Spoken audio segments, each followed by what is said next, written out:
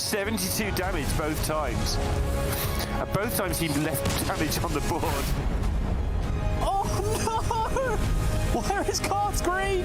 Right, but where is cards green? He got there! Oh. Sick!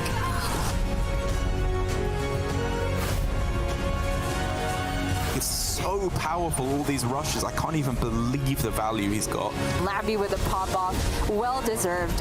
He stays in for another series.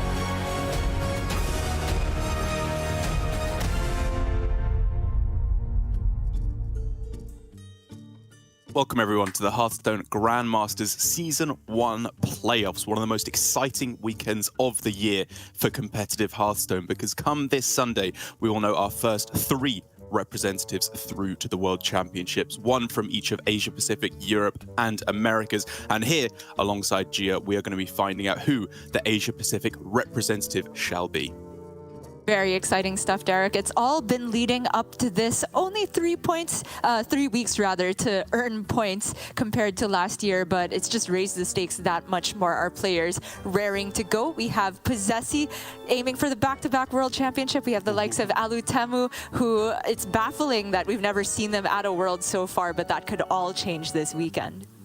Yeah, I know. We often hear about best player to never win the World Championships. Alutemu really feels he's up there right at the top of best players to have never been at the World Championships. But for the format that we have for this weekend, 2 dual elimination group brackets, no matches off stream so far, which is very exciting. We get to see all the action on broadcast. The top 4 meet in a single elimination finals bracket, so both groups will be coming together to fight for that one coveted spot here in Asia Pacific. And it's a best of 5 4-deck conquest format, so it's pretty much the most standard of competitive Hearthstone formats here. But I think that does still lead to some very interesting implications in deck selection, especially when we take in Gabby's phenomenal run to winning Masters Tour Ruins of Alterac last week, and how that might affect players' choices. That's right. We do have a few players running back exactly the same lineup as Gabby, maybe with a few tech differences here and there. But we also have a rather healthy representation of the aggro lineups here in APAC, which also made kind of a splash. A lot of players doing well with it in the Swiss. And we had, I think, at least 2 or 3 going all the way to top 16 with the full aggro. So we could see a lot of troggy business later, Derek. We could indeed. The thing that our players always have to bear in mind in Conquest, however, is targetability. I think is again something I really want to reiterate. Something we saw Alutemu suffer from this past weekend as one of the players who did very, very well in the Masters Tour, getting all the way through to top 8, I believe, before eventually losing out. And for him, the weak deck in his lineup really felt like the Burn Shaman once he entered that top 8 portion. It did very well for him up until then, taking down a lot of the aggro and hopefully for him getting a lot of Bloom Caverns to take down any Druids or Demon Hunters as well. But here we can see him shift away from that, go for a slightly more standard lineup. And I think that's one of the main benefits of a quad aggro lineup, is that you can catch your opponent off guard. Maybe someone is trying to get away with bringing Mazaki Mage or Weapon Rogue, and if you go like what Alan's done with just straight up 4 full-on aggro decks, you're going to catch someone high and dry and could potentially get an easy win. Yeah, you brought up a lot of things there with Alutemu in particular. I am kind of sad to see the Burn Shaman go for him, but by his own admission, like you said, it wasn't the best performing deck. I feel like Alutemu really got a lot of extra percentage with that deck compared to other players, but once he made it to the top 8, the cracks really started to show where players weren't giving him any leeway to try and get surprise lethals with his many creative lines. He has stuck now to the Gabby lineup that we are calling it, I suppose, or rather Posesi, and some others are going with that. But Alutemu is going for the Control Warrior in there. That's something a little bit different. We can take a look at what our players are playing for in terms of prize pool. Obviously, not quite as much as we are used to in the earlier weeks of Grandmasters, but of course, it's all because this is leading up to a spot at Worlds, where you do already automatically get a much bigger chunk than this. That's right, that first place is worth a lot more than the very weird $633 extra over second place. I think that TJ and Lorinda might have a collective brain aneurysm when they see those jump in prize money from second to first. But yes, that spot at the World Championship, of course, worth so much more in terms of prize money and just glory at this point. Still brings a tear to my eye whenever I say the word. Because this is the last time that our players can qualify through to the World Championship from Grandmasters. As we grandfather out the system and go to a more open format, our players here, it's really their last shot. And as we say, for Alutemu in particular, he's a player that we've really got our eye on for having been here right from the start. One of the best players in Asia Pacific, you know, right up there alongside Posesi, Glory, Surrender in terms of best performing of all time. And still no spot at the World Championship. So we're really hoping that he can give us a good performance, not only in the Masters tours, as he's consistently done over the years, but now when it counts in Grandmasters, he can pull it out the bag. Indeed, and we've put a lot of spotlight on Posesi and Alutemu because they are, of course, our first match for the day, but we do have 8 total players separated into 4 groups. We'll be playing out the first group today and the second one tomorrow before we find out who ultimately wins on Sunday. And here in Group A, we, of course, have Chonsu, winner of weeks 2 and 3 of APAC Grandmasters this season, waiting in the winner's bracket. Of course, with that good seeding, the top points earned, he does get an automatic win. And on the flip side, we do have Alan on the elimination match because he was seeded 7th or 8th. He does have a huge uphill climb ahead of him, but if his tweets are to be believed, that lineup has some magic to it. It always makes it feel that way, doesn't it, for Alan? And to be fair to him, most of the time when he's bragging about his lineup, he actually turns out to be correct. So let's hope he can 2-0 his way out of the group and get through to the semi-finals to be played out on Sunday. Going to be keeping a close eye on Chonsu because, as you said, he's the winner of 2 weeks in a row, and he himself does actually, I believe, have that Burn Shaman, which is as we've said, a very questionable bring at this point, but potentially very powerful if you can make it play off and you hit some of those more board-based matchups where the Burn Shaman really does start to shine. For Chonsu, though, of course, because he finished in first, he does get a free win, so we'll be playing the winner of Posesi versus Alutemu.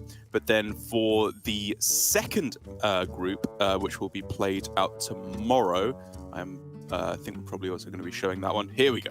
Okashinsuke versus Lambi series, having finished middle of the pack, have to play the initial match. Mighty, after a very strong first couple of weeks, gets to be in the winner's bracket. Fell off a little bit towards the latter half, but hopefully he can bring his play back together and show us those very, very strong skills that we saw at the start of the season. And then Shaxi, another player that here right from the start of Grandmasters, potentially in with his final game in the elimination match.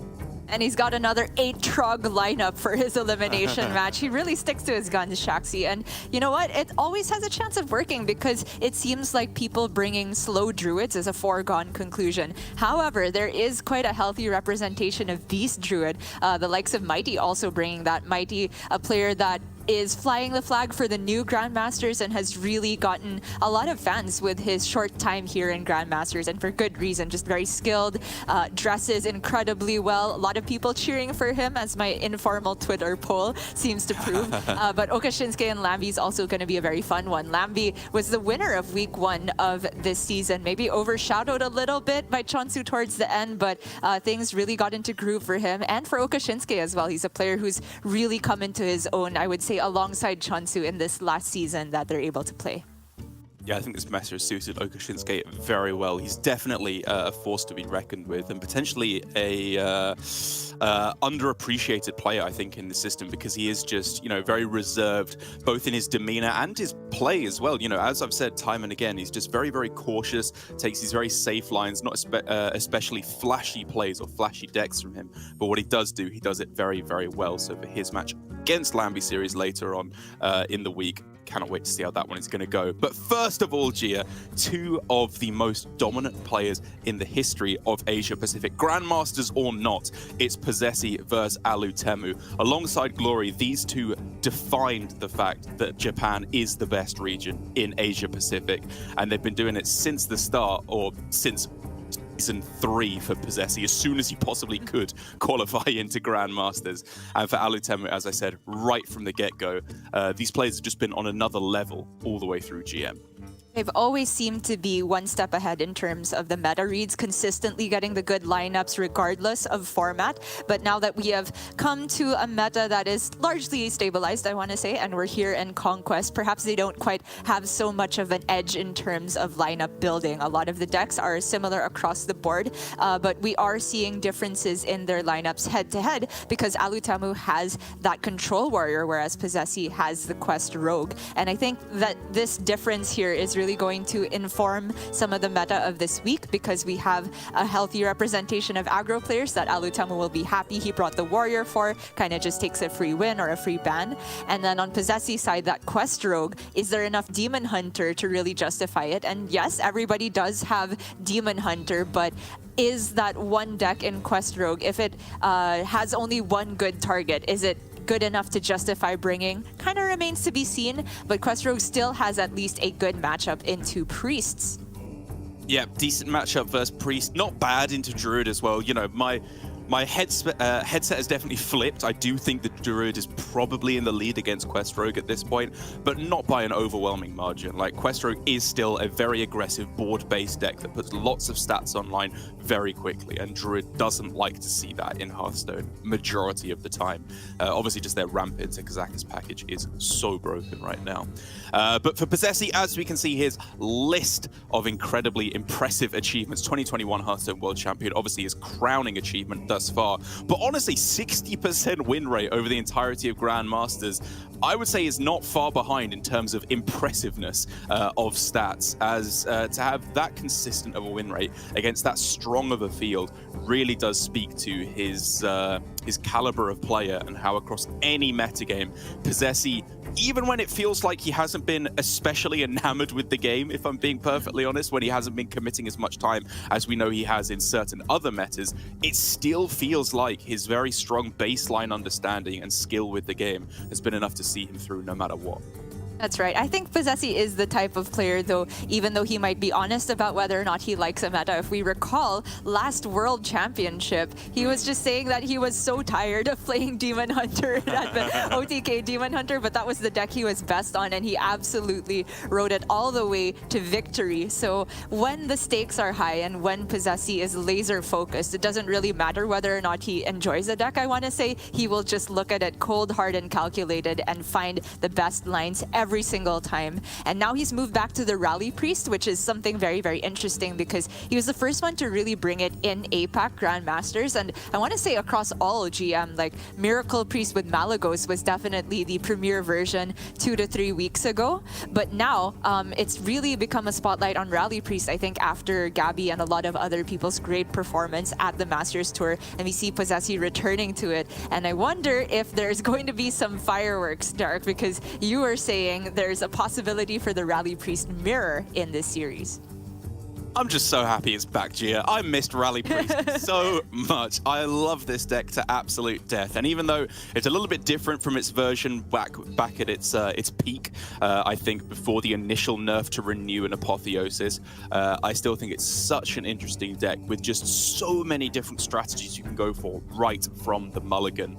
As we could see there with Alutemu, I believe 94 wins in Grandmasters. It looks like we're going to be just denied both his 100th win in Masters Tours and Grandmasters, because if he wins out the weekend, I think he might be able to end on like 97 wins in Grandmasters. But then no matter what, that will be the end of the run for Alutemu, as he will not be in the last call to be played out later on this year.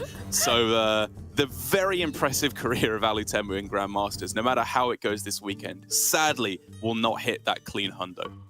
It feels so bad for Alutemu. It's just like when you're trying to hit Legend and then you fall asleep when you're Diamond 1 and it's like, oh, come on. But for Alutemu, no chance to actually close it out with a clean number, but that's all right. We'll see him in the Masters Tours, and for a player of that caliber, I think we can make an exception. Maybe a few more wins in the Masters Tour. We can just add it over to his stats in Grandmasters. We can make that happen. Like, Lorinda, I think Alutemu deserves it. But for the opening matchup, we do have that Rally Rally Priest into Kazakhstan Druid, and the most popular version of Kazakhstan these days is neither the token version or the one nor the one that runs all the armor. It's the 3 dragons at the top end and cutting Capture Cold Tooth Mine as people start to realize that having Cold Tooth Mine is not necessarily the best thing possible against aggro, because you don't really want to draw Turbo Kazakhstan, nor do you want to draw Innervate. And in the slower matchups, you do generally have enough card draw that you're going to hit Kazakhstan consistently anyway, so might as well run a bit of a greedier package at the top end. Against Rally Priest though, I do think it's all about getting the earliest possible Kazakhstan, because you need to hit Wands of Disintegration and other removal spells to deal with all of their minions. Well, Alutemu's hand, you know, it's good no matter what. You know, we can argue about which cards exactly you're keeping, but I think at a baseline level, I would not be upset to see a full keep here. Posesi, though, on the other side, did insta-toss an Insight, which classic Rally Priest theory would teach you to hold on to any way you can get a minion possible. What do you think about him just full mulling that hand, including the Insight? I think it makes a lot of sense in the matchup where old Miracle Priest, that does look very, very weird because you run so few minions and the Insight is one of the best ways to tutor it out. But in this matchup and with this version of the deck, I think you are much more preferring to play a minion on turn 2 or turn 3 just straight up. You don't necessarily have the time to even corrupt the Insight and then get the cheapest minion possible. You're just trying to play a Sethic, play a Nazmani, leverage the fact that there's very little removal for Druid in the early game, and then get the buff spells on them right away. And that's especially true when you're on coin, and you can spend that turn 2 coining out a Nazmani like Posesi has here, rather than playing an Insight. Oh, Drekthar though. Oh, Drekthar makes this hand especially spicy. I mean, obviously this hand looks most likely like it's just going to be coin Drekthar on turn 3, but there's room to experiment with like Nazmani first or palm readings. However, with Alutemu picking up Bloom Numero Dos, is this just Guff on 2 with a hero power? I kind of like it. Bloom Bloom Guff. Okay, Alutemu says no. Interesting that he did toss the Bloom from the mulligan, got back Moonlit Guidance, and then immediately drew Bloom Bloom. But I think that makes sense, because if you hold Bloom and go Bloom Growth, it's still gonna be a while before you play Guff. So I think Alutemu was thinking, let's just play the Growth on 3, then the Guff, and then have something other than the Bloom later on. With the possibility of the double Blooms though, I thought it was super tempting to just get the Guff down, but he prioritizes the Moonlit Guidance, and I want to say is rewarded for it, because now he gets Kazakhstan in hand, and he can go for that very early while also fitting in the Guff. Yeah, there are actually a few good outcomes off that Moonlit Guidance, one of which he coincidentally picked up the turn after in Scale. Being able to save double Bloom for either the next turn or turn after Scale of Onyxia is absolutely huge, because it allows you to clear off you know, up to 14 health of minions, which is usually enough to deal with any of these early boards that Priest is throwing down. And so I do really like this approach from Alutemu, to take it a little bit slower and set up for a slightly weaker first couple turns, but a much more robust mid-game that will allow him to actually clear off a lot of what Posesi is putting down. Yeah, it's very true. If we look back on it, the Bloom Bloom Guff line on turn 1 would have let him ramp up to 4 mana. And then he would be at 5 the next turn, but then he'd be overloaded for 4, and he wouldn't even be able to play the Growth. So he does still end up having a dead turn with that line, whereas with this line, he has a couple slower turns at the beginning, but doesn't leave himself any one turn where he's extremely overloaded and vulnerable to a big push from Posesi. He gives himself the option to react with Scale, Bloom, or Kazakhstan a bit later on. Is gonna use 1 Bloom here, though, to ramp up a little bit more, and then commit the Nature Studies, which means that Scale is still playable next turn. Exactly, yeah, that's the really important factor in this. You can save the Bloom and just go for Scale next turn. Posesi, though, on the other side, while we've been mainly focusing on Alutemu, who gets himself not a bad spell, decided to not coin Drekthar, instead going for a just palm readings and then Drekthar the turn after life. Yeah, I think this is specifically because of the power word Fortitude in hand, where if he committed the coin early, he wouldn't be able to use the Fortitude immediately, but by holding onto it, he can go Drekthar and immediately buff one of his minions. Double Sethic outcome, I want to say, is not ideal here. Perhaps double Nazmani 1 Sethic would be the best way to go, including the one that's in Posesi's hand, but you're not going to complain. Probably just buff up a Sethic and then try and hit the Nazmani train next turn. So he obviously needs to consider scale, because that at 6 mana will be playable, and he knows it on the following turn. So if he was to give +5, that's 8 health, 12 health, 15 health, but I think because of the odd numbers, that would be exactly clearable, right? So if we Fortitude a Sethic, yeah, it would be one off of clearing everything. Yeah. But it is clearable on both the Sethics, which are the problematic minions. So Posesi is going to hold off here. And he knows that keeping the odd health on the Sethic still means that they have to eat 2 scales apiece. And even though this is very annoying for him, he does have a pretty good refill with the Nazmani and the Raised Dead. Order of proceedings is a bit curious. I was thinking he might start Nazmani Fortitude and then Raised Dead, but it might not even be a Nazmani turn together. It's very interesting on turns like this, because it's one of the things I kind of liked bringing up is that Nazmani is sometimes not as good of a as good of a turn as you think it is. It's not going to recoup you enough mana. But here it looks like he's just going again for absolute maximum stats. It's not often you see double Drekthar in a single game actually being pretty good. And even though he only pulls out 1 Nazmani, I think we can see, unless there's exactly Raid Boss Onyxia or second scale, this is not going to be cleared up. However, Alutemu does have the Onyxia, huge draw with the Lightning Bloom as well. Can get a lot of work done here.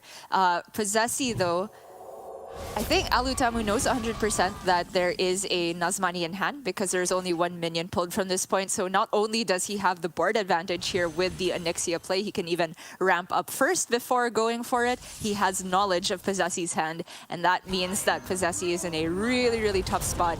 Does he need to top deck Rally to get through this on the next turn, and will that even be enough? Not necessarily Rally specifically, because he hasn't actually played and had a Nazmani die yet. But I think this way of going about it is absolutely correct. Kill off all the whelps. You have a good chance at generating Shadow of Death, Wave of Apathy, some way of dealing with this Onyxia, or maybe a Gift of Luminance in order to copy this minion as well. That's not a bad pickup. These are decent spells he's generating. He just, first of all, needs to find an answer to this Onyxia. Oh, doesn't hit it. I think there is a Nazmani in the death pool already. Oh, of course there is, sorry. Yeah, but even without the Rally, definitely still is a powerful turn. All the blesses you've ever seen. Just like me going to a family party. Filipinos, we call it blessing when we have to like put an elder relative's back of their hand to our forehead. It's like mano. But anyway, kind of off topic, I'm sorry. No removal for the Onyxia is highly problematic for Posesi, but the 16/16 is also problematic for Alutemu. He has to commit Moon Touched and Feral Rage and the trade if he wants to kill that, which feels like way too much. So maybe he can take the turn and just say, Kazaka-san, save me from here. He can go Kazaka-san and innervate a draw immediately, and that means over 2 turns, quite a lot of draws to find Vampiric Fang, Scale, Wand, anything of the sort. Yep, I like it a lot. It's incredibly unlikely that he dies on this following turn, unless there's a way to get like 2 Nazmanis on board. Unfortunately, it looks like the Discover Spectator is broken, so we are going to be blind going into this Kazaka-san. We're role-playing as Posesi in this game. All right. Can we tell anything from Alutemu's expression? If you stare deep into his eyes, can you see the reflection of the treasures? I know this man. I've spent hours every week. This was Bubba, Fangs, Book. Which one? Embers, Poison. All right, good job. You got the poison right. Yeah, I knew it. No cheating whatsoever. But you didn't answer me. Which book, Holy or Of the Dead? I'm not that good at KG. I know book. I don't know good or bad. All right. Well, if you're Posesi here, there is a million things you have to be worried about. Cannot really afford to play around everything, and because of that, I am looking at sending the Sethic face. What is the best way of spending the rest of your mana? Is it Hysteria on an 8/8 and hope that they kill each other? Man, I mean, I said he was never dead. This is pretty big. Like a double +6 health, plus the bless at the end as well. Down to 5 health. Necrotic Poison, obviously fantastic, and does pull him back into the game. Oh, there's the book. What did I say, Gia? I know this man. You do know this man, even with a cop-out answer, but that means it's just lethal, right? 16 on board, 8 damage in hand from the 2 original spells, and then the Book of the Dead.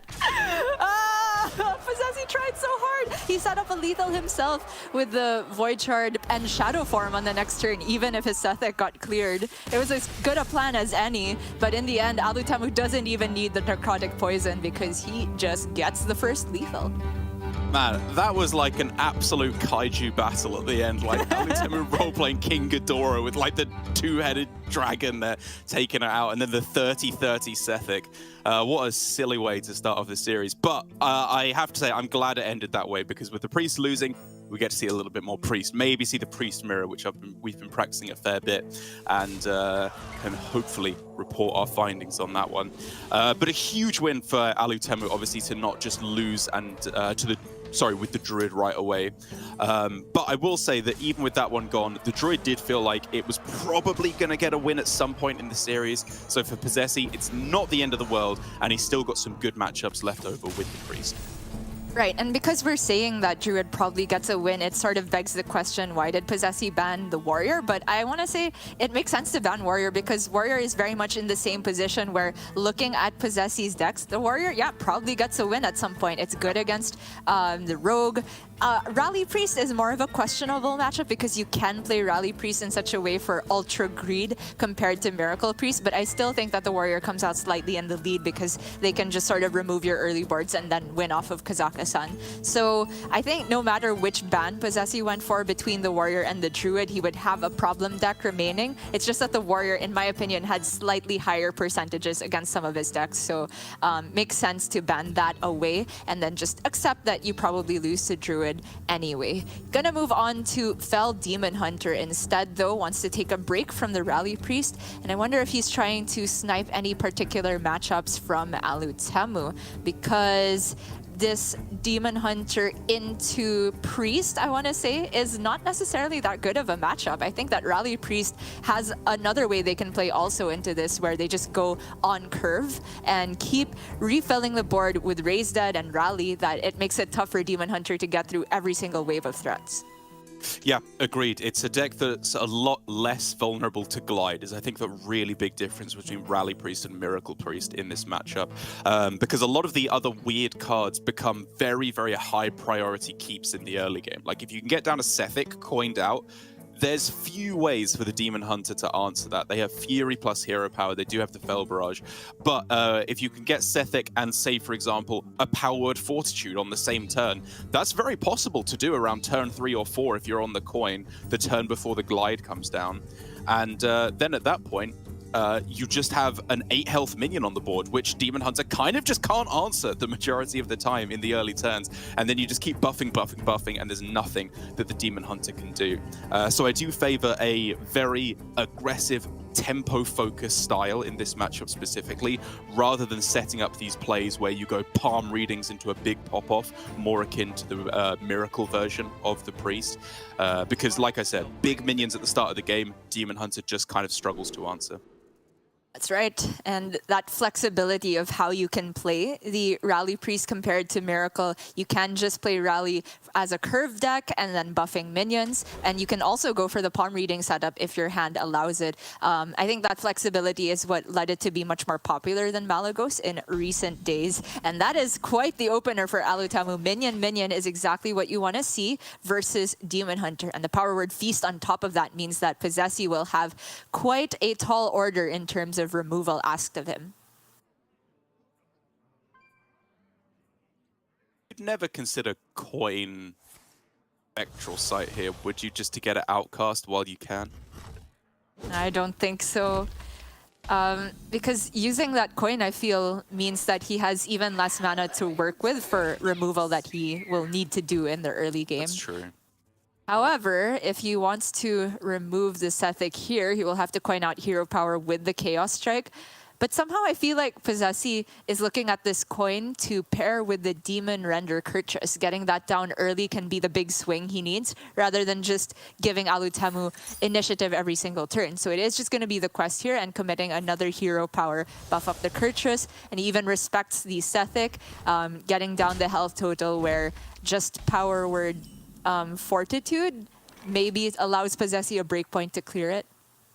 Well, I think Fortitude is the really big one here. Like, if Alutemu was on the coin, Posesi, I think, you know, even though the maths would be different, obviously, would have considered a clear more heavily because Fortitude would be immediately playable, whereas here it would have to be exactly Fortitude plus all other spells in hand, which is not impossible, but not especially likely. And even though we do see the Fortitude generated there, it was unlikely that there would be a massive health Sethic. And so I think, like you say, it's pretty reasonable that Posesi will be able to go coin Demon Render at some point. Right. Forward Feast does undo the damage that Posesi preloaded on the Sethic, but I think that is fine for Posesi. He was maybe just trying to damage it in case the turn from Alutemu was just Aldraki, then you play just a Nazmani, then you play Aldraki and deal with it. But man, the Sethic is just getting bigger and bigger, generating the perfect spells. Posesi already running low on health. Because Alutemu is like a bless away from nearly killing him, it feels like. I swear, like, Sethics generating Fortitudes off of Fortitudes feels like it breaks thermodynamics. Like, it shouldn't be possible to just keep generating that much tempo and mana and all the stuff you get for, like, no expenditure at all. It's absolutely broken. And here, Posesi facing down a 15 health minion on turn 5 just needs to cross his fingers and pray that there is no bless, because then maybe, even though he's still not in a good position, he might be able to buy himself enough time. But with Fortitude number 3 for Alutemu, Posesi is just dead next turn. Yeah, Power Word 3-2 right there. Alutemu. How does he do it? Posesi can't do anything. The bats are far too small. Posesi's attacked, what, 4 times so far? He can get it up to 5, but that's not enough to deal with Sethic. He cannot hit any silence effects. They are just not in the Discover pool. Where's Dispel Magic when you need it? I know, right? The line, is it like find Magtheridon and hope that you're not dead? I guess, yeah. Oh man, poor Posesi. He just couldn't do anything. Just got priested. Okay, we need 2 attack here. Yep, That's gonna do it. Game 2, going to Alutemu, quick as you like. This priest deck is absolutely redonkulous, and Posesi is now a single game away from going down to the elimination bracket to face Alan, whereas Alutemu only, what, like 15, 20 minutes into the actual broadcast since the games have started. He's just 2-0 up. He just needs his Demon Hunter left.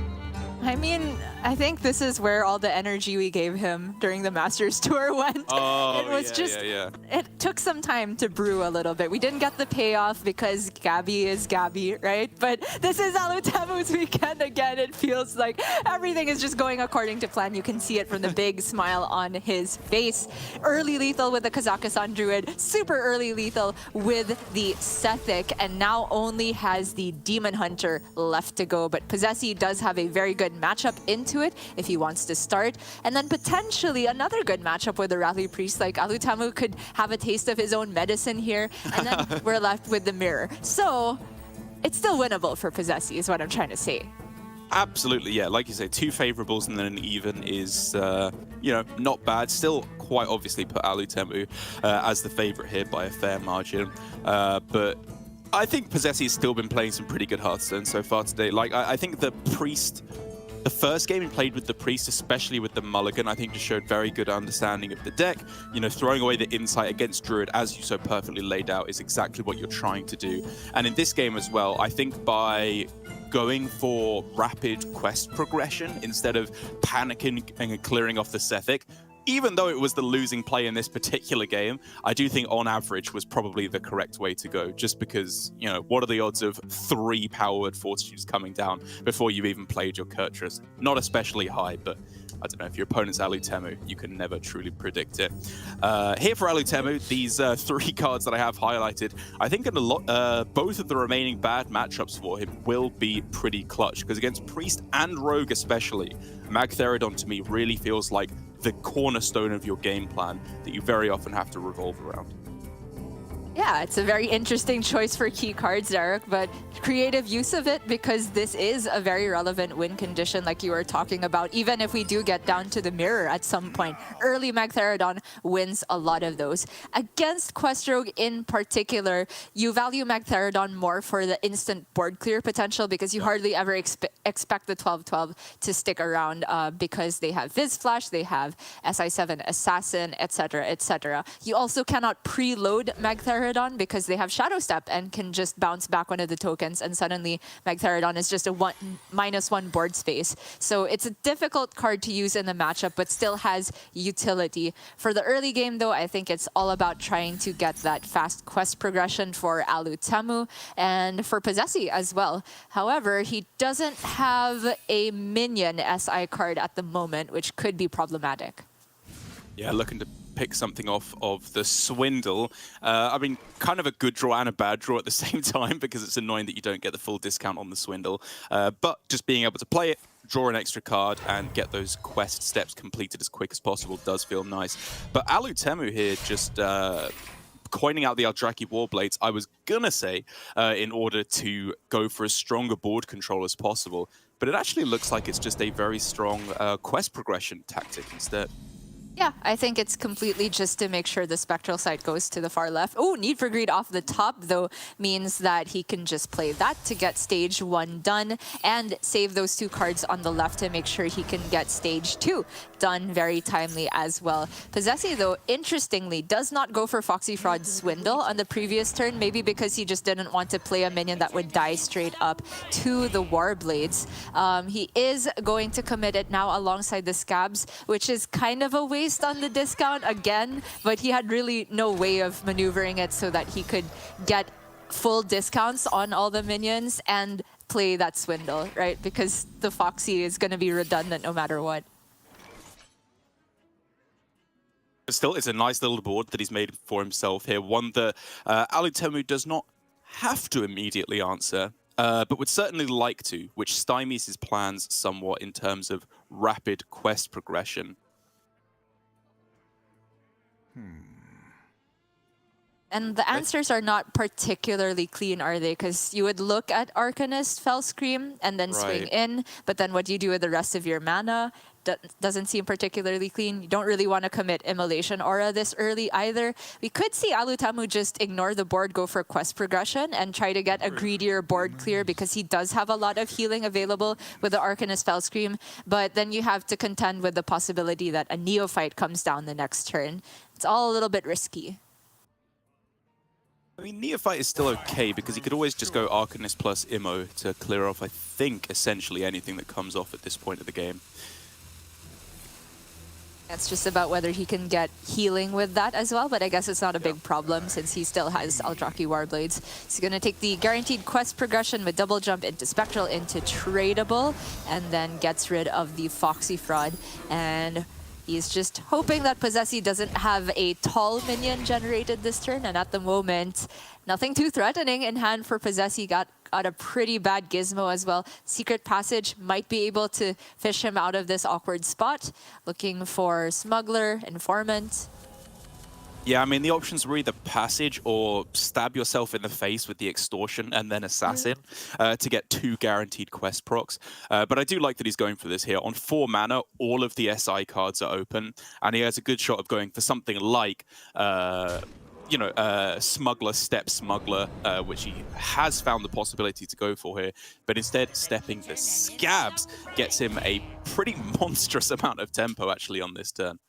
Yeah, allows him to play SI7 Agent and the Smuggler, and then the Assassin will go down to, oh, I think it's 1 off being playable. I think 3, yeah.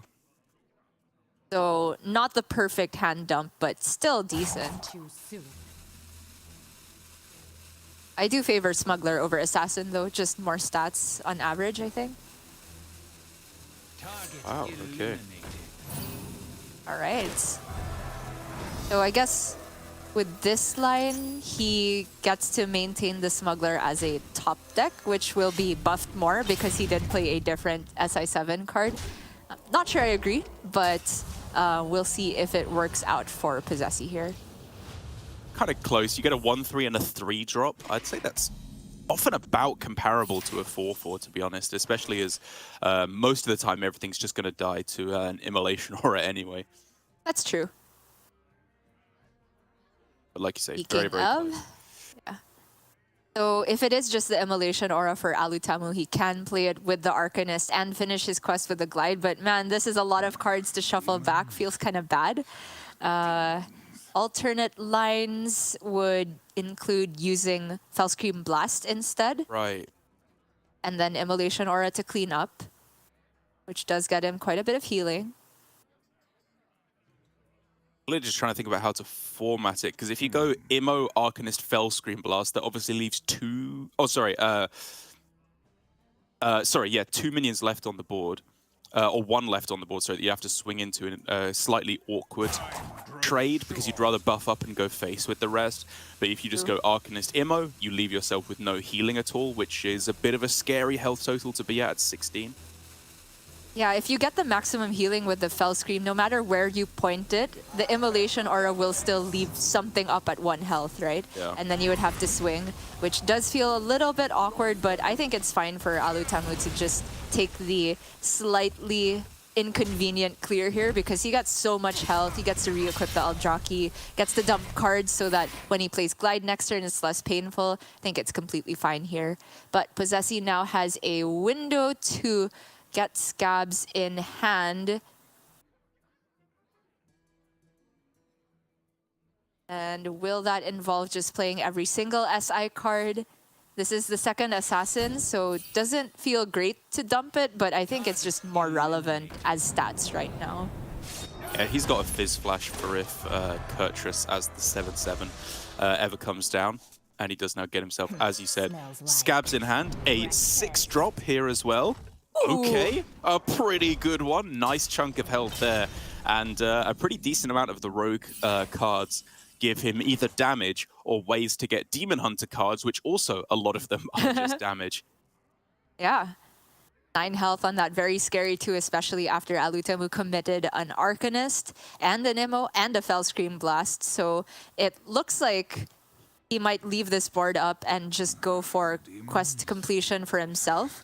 But I don't see a way that he can do it and play Kurtrus this turn. So this board is going to be at least 2 turns worth of problems for Alutemu. And this is why the Quest Rogue is considered such a good matchup into Demon Hunter. You rarely ever give them a window where they're free to play the quest reward. And any damage from minions sticking around suddenly becomes more problematic when you have Battlegrounds Battlemaster. I think for Alutemu, though, his concern shouldn't be quite so much playing the quest reward Kurtrus. It should be getting Kurtrus Demon Render, the hero card, in order to be able to set up for this expendable performers plus Fellfire combo, and potentially just hitting lethal, actually, in the next few turns with his opponent around that kind of break point where you can theoretically finish them off. It is certainly a way of going about it.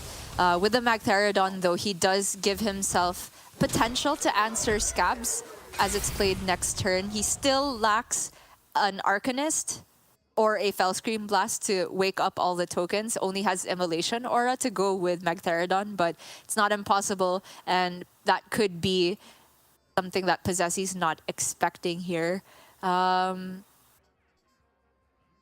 So instinct is to go Scabs, of course, stealth it up in the middle. And then you can see what sort of additional spells you get from the Mage Scribe. Not in the middle? Not in the middle. Is he perhaps not going to stealth it, just cash in attack now on a different minion?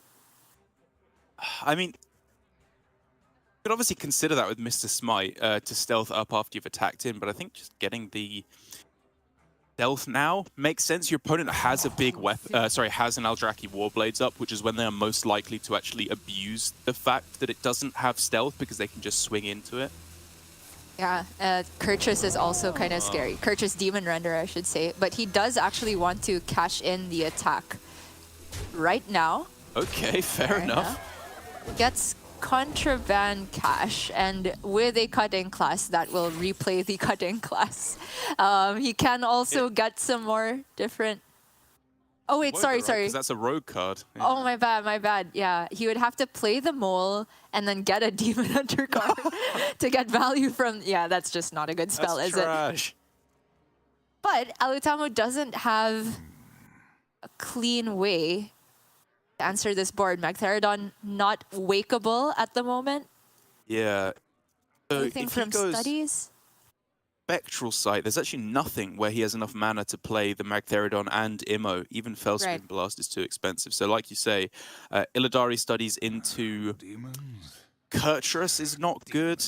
Well, not especially good. Yeah, if he gets the weapon with Outcast 1 AoE, it's 1 mana short to play with the Immolation Aura as well, right? Gets Chaos Leech here, so it's clearly not going to be a Magtheridon turn. It's just removing the most amount of damage while not having to tank too much of it himself. Okay, there's a Fellscream Blast, which means a top deck of Arcanist is a clear from here on in alongside the Magtheridon. But I think really, as we can see, because he hasn't been prioritizing actually completing the quest the last couple turns, he is just digging as aggressively as he can for that Kurtrus Demon Render in order to get a clear of the board and actually get a hold on the board as well. So he has a turn of breathing room to maybe set up for that combo with the Performers and the Deadeye. 16 damage available to Posesi here. He can keep cycling with Cutting Class and the Swindle, but with that much mana expended, I don't think there's any way to get lethal straight up this turn. And because of that, I favor Posesi just filling up the board as much as possible, making Magtheridon just not playable or like not giving the tokens the space to spawn. I don't like just giving them Glide, actually. Are they going to spend 4 mana on it? It makes sense. After the Swindle, he can still go Smuggler and Mole at the very least. Oh, Skulker Smuggler? Sure. Yeah, tons of minions on board. Even if Alutemu Hero powers down a minion, there's not enough space for all 3 tokens. And now there's a Brute in the way as well. There it is, the Glide that, for once, Alutemu is not happy to see. Hoisted on his own petard, I believe, as the Glide is a disaster. Farmers lets him clear both 7 health minions, but it's just not quite good enough, is it? Okay, so that's not a Magtheridon clear, but it's still not a bad draw because he can clear off 4 attack whilst also healing for 9. And then be leaving 12, 15, 17, 18. So not dead from his perspective, at least if he goes Arcanist plus Fellscream. But as we can see, yes, ultimately dead. Yeah. And there's also just no big win condition after that, right? That would be his last big piece of healing. Maybe Jace straight away after, but without an Eldrazi Warblades, the Jace doesn't represent much healing either. It just doesn't lead Alutemu into a truly stabilized position. And then, as I said, 12, 15, 17, 18 on board, which, is actually 1 off? Yeah, but I think it's very likely for Posesi to find it. If he just goes Smite Passage, you could find Wicked Stab. And is there a big punish if you miss it? Not particularly with that removal committed by Alutemu, I feel. But he's not even going to play this. He's playing Neophytes. So oh, he's not? Not that many outs here. Oh, my bad. If any. Okay. So it's just going to be board redevelopment. Very good still. It's actually not over. I mean, Posesi can still make a monstrous play here on this turn. Like, this board is going to be almost impossible for Alutemu to deal with. However, there's a glimmer of hope, as it does look like it was going to be step the Muggler, but he's instead just stepping Skulker to double buff these informants, just giving them +1/+1 apiece. Okay. Yeah, I like the double informant play a lot. Those are just too difficult for Alutemu to remove. Where is the glimmer of hope? I'm not sure. Jace doesn't deal with this board. Magtheridon has no space again for the tokens. Yeah, he just needed to find Kurtrus a little bit sooner, like it being in the last 5 cards for him. Assuming he doesn't draw it off the top. Oh, okay, that's Chase though, but again, it's just too big. I think he knows it. Yep. Double Immolation Aura and then Fell Scream is the order you want, but even then, the Fell Barrage is not going to be enough to deal with these minions. Forgot about the Chaos Leech, to be fair, but... So close. Beatdown of the Smugglers, and Posesi gets himself on board. Favorable matchup out of the way, still has another favorable in the Rally Priest into Demon Hunter and potentially the Mirror. So still a lot to be done for Posesi, but finally things are starting to turn around.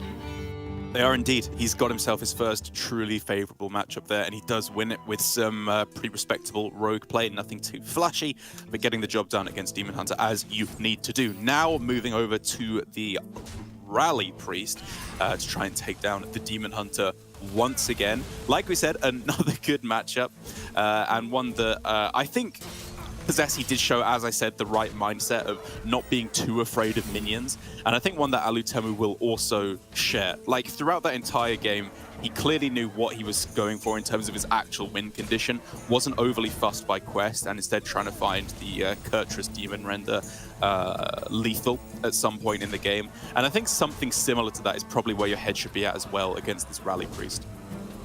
Very true, and that's another matchup where Magtheridon can be clutch as well. It's hard for the Priest actually to build a board where there's not enough space for the Magtheridon tokens to come down. It's a matchup where you can experiment with preloading the Magtheridon. You can get punished because Priest can then buff the tokens out of range of most of your clears, but it is a line that you can take if you feel that early Magtheridon is the best way to go. I'm curious if Alutemu will have that option immediately available to him. And outside of that, Glide is also a pretty interesting factor in this matchup, because while the Rally Priest is not quite so weak to it compared to Miracle Priest that pretty much requires a lot of setup and cards in hand and discounts before they can truly pop off, Glide can still be pretty punishing here if Posesi hasn't hit the early minion curve. And we were just talking about Alutemu getting a taste of his own medicine. And here it is, Posesi keeping the Fortitude on the coin here, which is a play I absolutely adore. I think that against Demon Hunter, as Alutemu showed us just earlier on in the series, this is like the most important card. After hitting your minions, I suppose you actually have something to play on it. Demon Hunter just struggles so heavily to be able to clear this. And so Posesi, with a full mull with everything else, obviously, to try and find a minion, I think has got himself in a very, very nice position. Right, he's hit a Sethic and Insight as another way to draw a minion later on. I'm not sure if he really expects that to be corrupted anytime soon, but just drawing a minion is fine in the matchup as long as you can buff it straight away the turn after. Alutemu here thinking whether he should commit the hero power on turn 1. I do think it's fine when he's not on coin, and just getting any additional buffs for the Kurtrus hero card later on can be relevant to clear minions. Yep, does end up with a pretty slow start to the game. Posesi here with the palm readings is put in a very interesting position. One I've been in a few times against Demon Hunter, where the obvious best play is to wait a turn here and go for, I guess you could consider palm reading, something like that. But as long as he draws a spell on the following turn, he can actually just go straight up with the Sethic plus Fortitude on the following turn, which I think if he goes for that instead of the palm readings, it will show that, you know, it's not an especially in-depth play, but it shows that cognizance of Glide that you need while still making a strong play onto the board. Yeah, completely agree. And I love the patience from Posesi as well, because you can make the argument for just playing the Sethek straight up on turn 2, but it is punished by quite a few things from Alutemu. We could see it would have been answered by Fel Barrage, at least on that turn. And so Posesi, without additional minions in hand and without Raise Dead, is being a bit more patient in this window that he has where Glide is not playable yet. So is it a spell off the top? It's a minion! Okay, I mean, not a terrible draw still. It does open him up pretty heavily to Glide, as we were saying. But with that not in the outcast position for Alutemu, Posesi has dodged a bullet on this one. And next turn is looking to be incredibly powerful. I don't know how, I don't know what this hand does exactly, but something strong for sure. For Alutemu, the best way to respond to the Nazmani is also a question, because you could just look at Fel Barrage Hero Power as a straight-up way of dealing with it, but there's also some value to getting minions on board. Like, we could see him play the Deadeye alongside the Fel Barrage and get the Hero Power. We could see him look in the studies to find potentially Kurtrus, which deals with the 2/5 and gives him a minion on board. But there's also utility to holding on to studies for the next turn if you want to try and find Glide that way, or maybe a Kurtrus for a board that you can't actually deal with straight up. So many different ways of approaching it. I'm honestly not sure. I think I like holding on to the Deadeye here because not only is it really nice to have for the combo, which is the main reason I'm thinking of holding on to it, in this matchup that's a very real win condition that you do want to be able to threaten in the later stages of the game, but also just a 2-3 on board in this matchup. Kind of a dubious prospect, like giving them a target for Holy Smite. It empowers Shadow Word Devour as well. There's a lot of ways that it can just go kind of wrong. And so by holding on to it here, I do think it leads to a stronger late game for Alutemu and potentially lowers Posesi's overall power spikes. However, speaking of power spikes, a 10-10 on turn 4 is the absolute last thing that Demon Hunter wants to be facing. Yeah, great from Posesi to just straight up commit the coin and the bless as well to be as resilient against Glide as possible. Alutemu, though, with the Skull pickup, can play that. This is a zero-cost studies. And just say, all right, can't deal with the Sethek. Let's give myself as many chances as possible to find Magtheridon, which, with a discount from Skull, is playable next turn with Arcanist Immolation Aura. That's true. I mean, my head was definitely more so on just picking Sigil Runner and playing Glide. But, I mean, who knows? Maybe you pick Skull and play Glide instead, just to try and lower your opponent's hand size a little bit. Maybe you pick Skull and play it as well, as Alutemu is leading up to here. If you can hit Demon Render Kurtrus or Magtheridon, as you said, it's looking a lot better. And there it is, 3 mana. Demon Render Kurtrus is potentially a way for him to actually fight back on this board. Yeah, it's huge. Gets the Chaos Strike as well, which is a big deal because he can commit an attack this turn as well, which buffs the Kurtrus. He can attack again the next turn, buffs the Bats again, and actually sets up better prospects for actually dealing with the Sethek, which is why I really like the Skull play over the Glide, because the Glide is like, okay, progress the quest, and then you probably can't deal with the Sethek the next turn, and then you probably just die over a couple more turns' time. But the Kurtrus is not a guaranteed clear because Posesi now can pick up even more buffs for this. Powered Infusion a little bit too expensive here, but I think it's still the pick. Could say Death just in case they have Magtheridon, but not sure.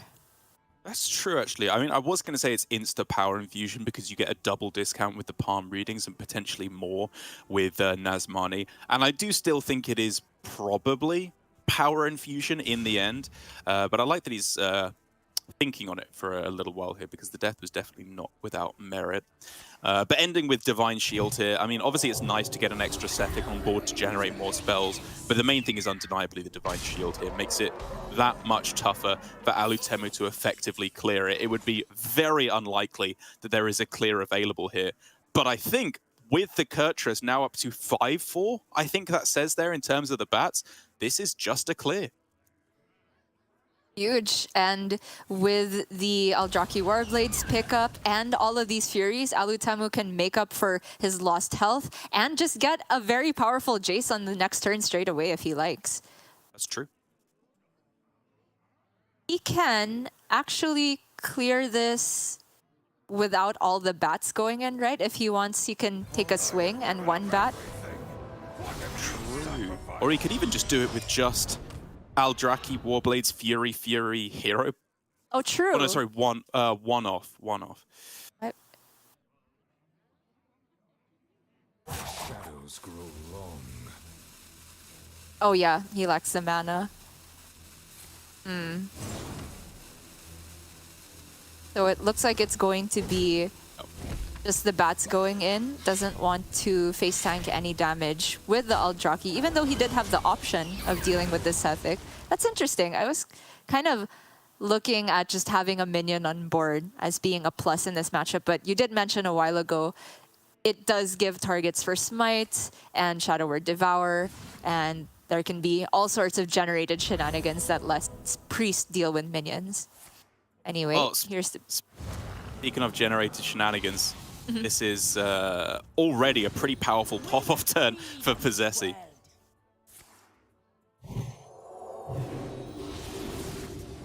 Power Word Infusion getting used here. You really need to have all this foresight as the Rally Priest for the spells that you pick up, because it might not be for 2 or 3 turns that they come to fruition, but absolutely building a scary, scary board for Alutemu to deal with here. If he picks up Magtheridon, he's not quite able to wake it up this turn.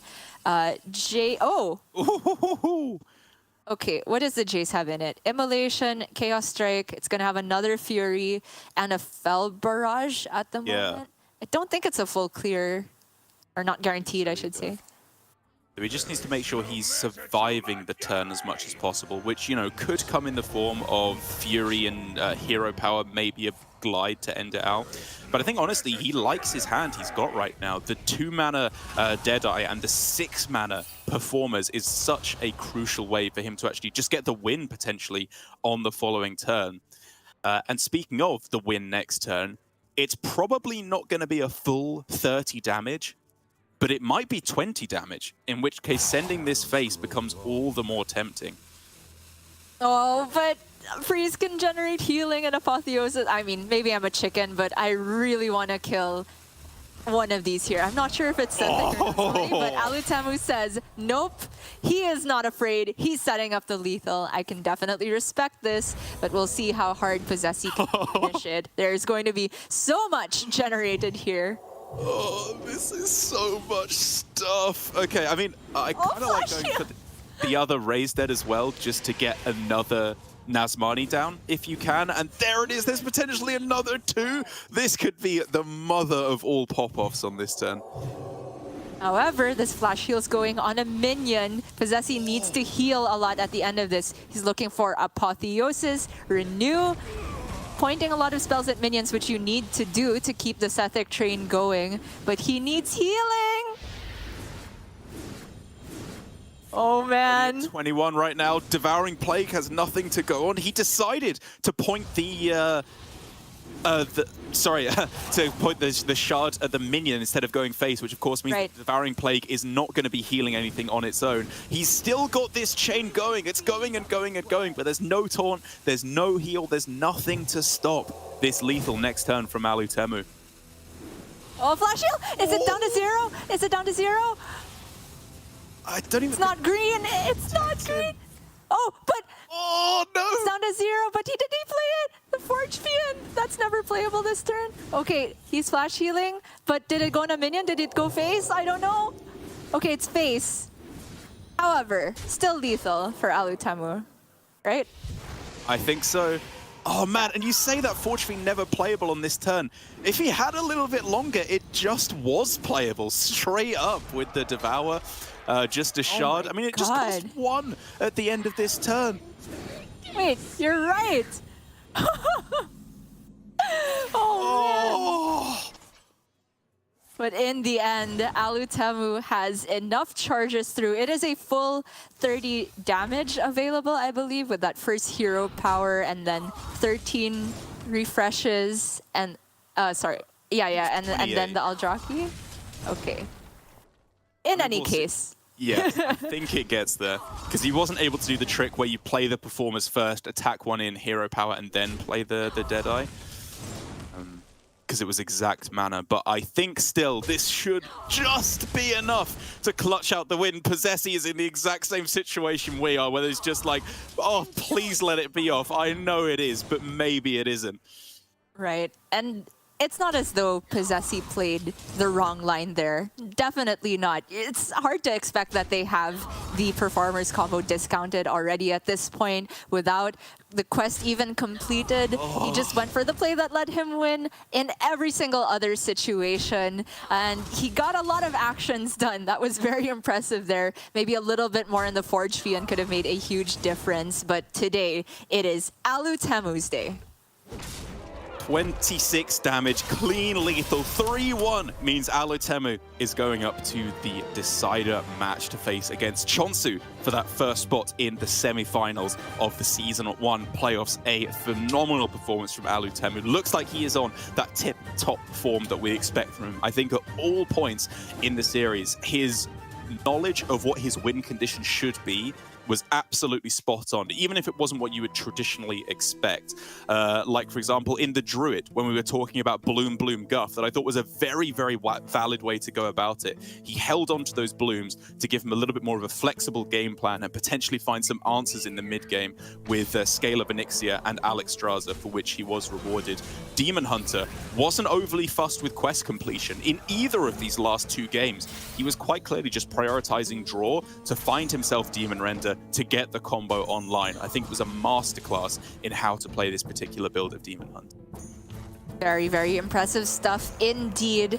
And that is going to be a bit of a heartbreaker for Posesi. Another roadblock on the way of his back-to-back World Championship dreams. But he's not out of it yet. Goes down to face Alan in the elimination match, which will be our last one for the day. For now, though, we are going to see who makes it through straight away to Sunday between Alutemu and Chonsu. Some very exciting stuff there because Chonsu has been our most dominant player of this season. No exaggeration whatsoever. He's tweeted that he's super excited about playoffs. Chonsu's been very confident lately, and for good reason. He's been playing some incredible Hearthstone. So I think that matchup between him and Alutemu is an exciting one indeed.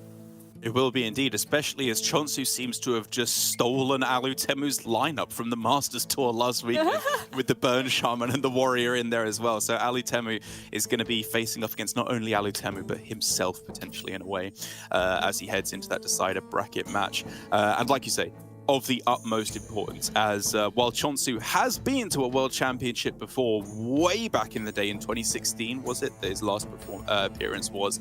As of late, it's been a long time since I think he's had a really strong tournament victory that you and I can agree he is both well overdue at this point. But before he can get there, he will of course have to take down Alutemu, and we will see if he can do that after this very short break.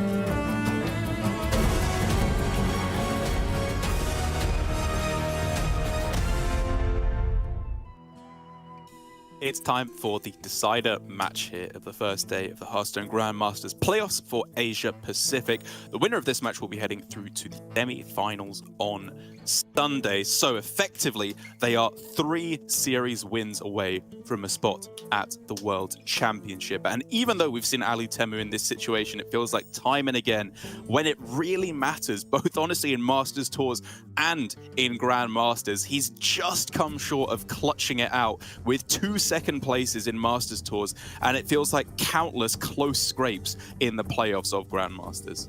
It breaks my heart to hear it every single time, but maybe this is the one, Derek. However, honestly, between these 2 players, I would be happy to see either of them go through as our representative for APAC at the World Championship, because Chonsu has also been on an unstoppable tear recently, just inimitable results, just so consistent with his play. I think he's found the right deck list every single time. He has had some very, very clean spots of lethal, and just overall macro understanding of the game plan has been on point as well.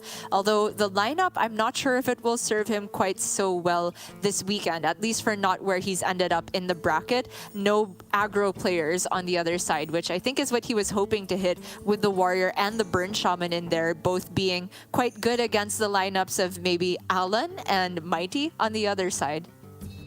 Well, who knows? Maybe if he gets lucky, he'll lose and he can go to face Alan in the elimination match, where he will find an aggro match.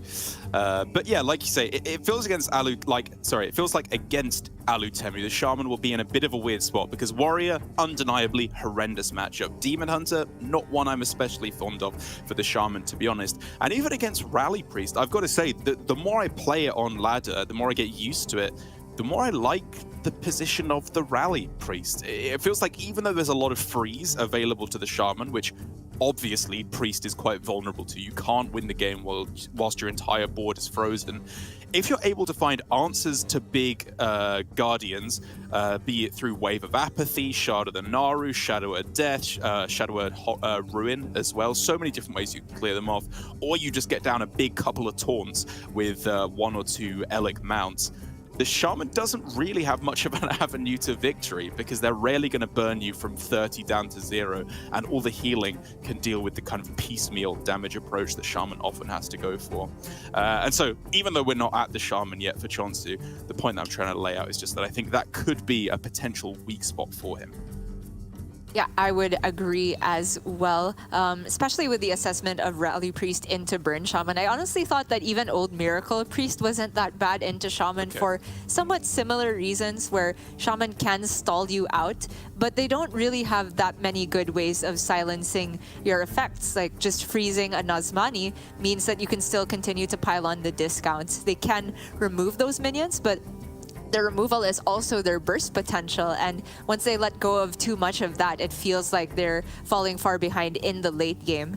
And Priest, of course, has access to just the Shard of the Naru to deal with the big Snowfall Guardians, or potentially even generated additional removal. And I feel that Priest can come out on top there if they're not completely run over by early Wild Paw type of aggressive starts from the Shaman. We do see Chonsu starting off with the Fell Demon Hunter, though. This is pretty much similar to what we were seeing from Alutemu a while ago and Posesi. I think the difference is there's one Viper in here. Right, yeah, okay, which could make a bit of a difference, I guess less so against the other Demon Hunter mirror, where, you know, it can at least make your opponent be a little bit more liberal with their Aljaki Warblades. But against the Warriors on either side, I think is where the Rostrot Viper will really start to shine. I was just curious over the fact that we saw from Chonsu's victory that he's had 10 GM series wins in a row, which is absolutely true. But they have been pretty close scrapes, actually. Even though his series win rate is at 77%, his actual game win-loss ratio is only 58%, almost a full 20% lower. So he's just been getting those wins where he counts, which is, like we say, what Alutemu has been struggling with, despite overall very, very consistent performance. Winning when it matters is the most important skill in Hearthstone. Oh, yeah. All right. Oh, Chonsu, new haircut. Love to see it. Drip, drip all over APAC. Let's see. Opening hands for both these players. I don't think there's anything to be kept other than the quest on either side.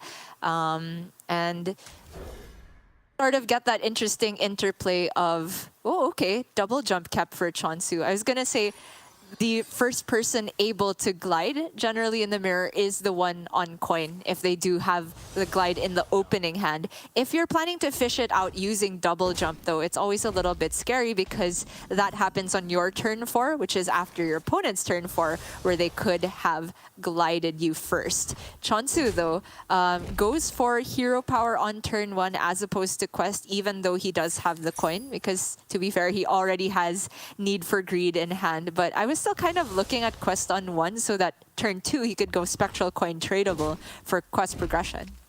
Yeah, or spectral coin double jump even, because, or I suppose double jump coin spectral probably more likely, because then if you do get the glide, it was actually quite feasible that he get it over to the left-hand side of his hand in order to be able to outcast it again, were that necessary. Whereas with his slower approach now, it feels like if he were to get glide off the double jump, which he is now guaranteed to, having found both spectral sites, it's much less likely that he would be able to outcast it afterwards as well. So a very conservative approach for Chonsu that I feel like in this instance may have given him quest progression 1 turn slower. And the fact that he was willing to take that slower progression, I think hints that he really wants to be able to outcast glide against Alutemu. That's the only reason I see for keeping double jump and holding the coin is on your turn 4 you get to pull the glide and use it immediately.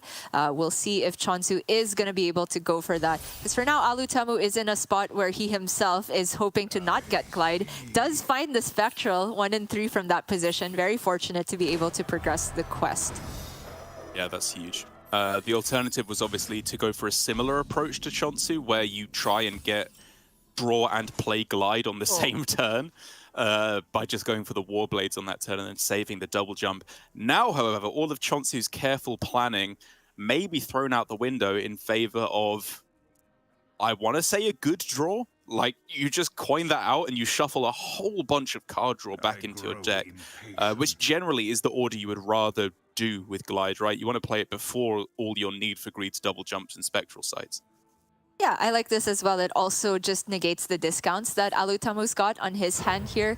And for Chonsu, the problem if you don't play the glide this turn is that if you commit to double jump glide the next turn, that means you're shuffling back even more cards, because the alternative to glide on this turn was just progressing quests with spectral sight, and that's just kind of undoing a lot of the card draw anyway. So I do like this glide. And with Chonsu shuffling back so much card draw, as you said, he's very likely to get back more of it. And he does get quite a lot with this opening post-glide hand of Spectral Sight ×2. It's absolutely disgusting. He's just praying that Alutemu hasn't got a glide of his own in outcast position, which I would honestly say is more likely to happen than not, given that it's Alutemu we're talking about here. But not going to be the case here, as we can see. He has a bit of a weird hand. Like, it's not bad because he has Need for Greed in hand, which could either be traded on this turn or saved till turn 5 just to draw as many cards as possible. But it's very unlikely tending towards impossible now that he can actually complete quest on this turn. So he's just going to take it a little bit slower. Yeah, and I like holding on to the studies for a potential glide of his own on the next turn. But Chonsu here, at the very least, could go the double Spectral Sight, and it looks like he has to without any additional card draw effects picked up. Just tosses the Fell Barrage away. Don't need to hold on to that in the matchup. Keeping the hand trimmed for opposing glide is also pretty good. I don't know if it's to the extent that he'll commit the Fury, but you know, with the Jace loaded up, he could also just go for a pretty fast Jace type of win condition. Yeah, I think you can save the Fury until it boosts up to level 2 on the following turn. But honestly, I was looking at Arcanist plus Fellscream Blast on this turn just to trim your hand that little bit more, as you so well put it, to play around glide as much as possible, which has been discovered here for Alutemu, not the one from his deck, worth bearing in mind, as he now gets quest level 2 completed, meaning that it is anybody's game here right now. Chonsu with the very subtle advantage of being 1 turn ahead, but as we know, Demon Hunters can turn that, flip that right around with a timely glide number 2. And here we see the potential upside for Chonsu fitting in the hero power last turn, just trying to buff his Kurchus a little bit more. Not playable this turn, but he can just go for finishing the quest with the glide this turn. Probably still outcast it because it undoes the discounts from Alutemu's hand. But again, if Alutemu finds one of the glides in his hand, then that Kurchus could be shuffled back into the deck. And bear in mind, Alutemu's only played a generated one so far, so still 2 copies in his deck. And the studies. That's right, whereas Chonsu has used up both of his own glides here. As Alutemu doesn't find it naturally, but he could get another one. Not quite. Spectral Sight, though, does still give him a chance to draw it off the top right if it comes into exactly outcast position. Disaster!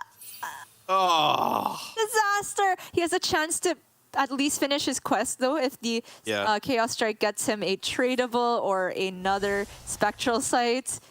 No, that's an Eldraki. This is the worst feeling in Demon Hunter, ending at 4 out of 5 and knowing your opponent is just going to play their quest reward. Alutemu has been in this position before, though, against Posesi, where he still managed to take a victory with a surprise expendable performer's lethal. So not all hope is lost. But this hand, man, it's just a Magtheridon hand and pray that that gets there. It is, absolutely. If he could find himself Arcanist, that would, of course, be clutch, as you said, to activate the Magtheridon. Get that down. I think that was the glide, which is just 1 turn too late. Oh, but like you say, it's actually already there. My apologies.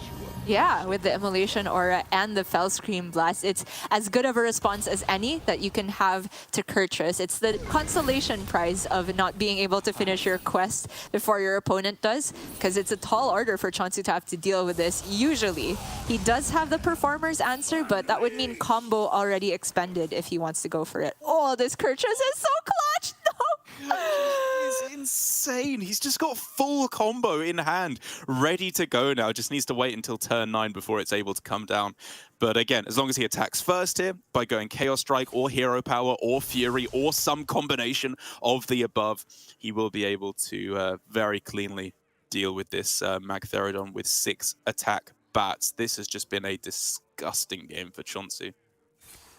Yeah, between Hero Power and Fury, I was going to say I'm looking at Fury just to get the mana spent out of the way, but there is also just some merit to eking every little bit of damage you can from this point, because like you said, Chonsu does have the Performer's combo, which is not likely to have enough rush targets for it to get the full 28 damage. So there is merit to holding on to that Fury for a little bit later.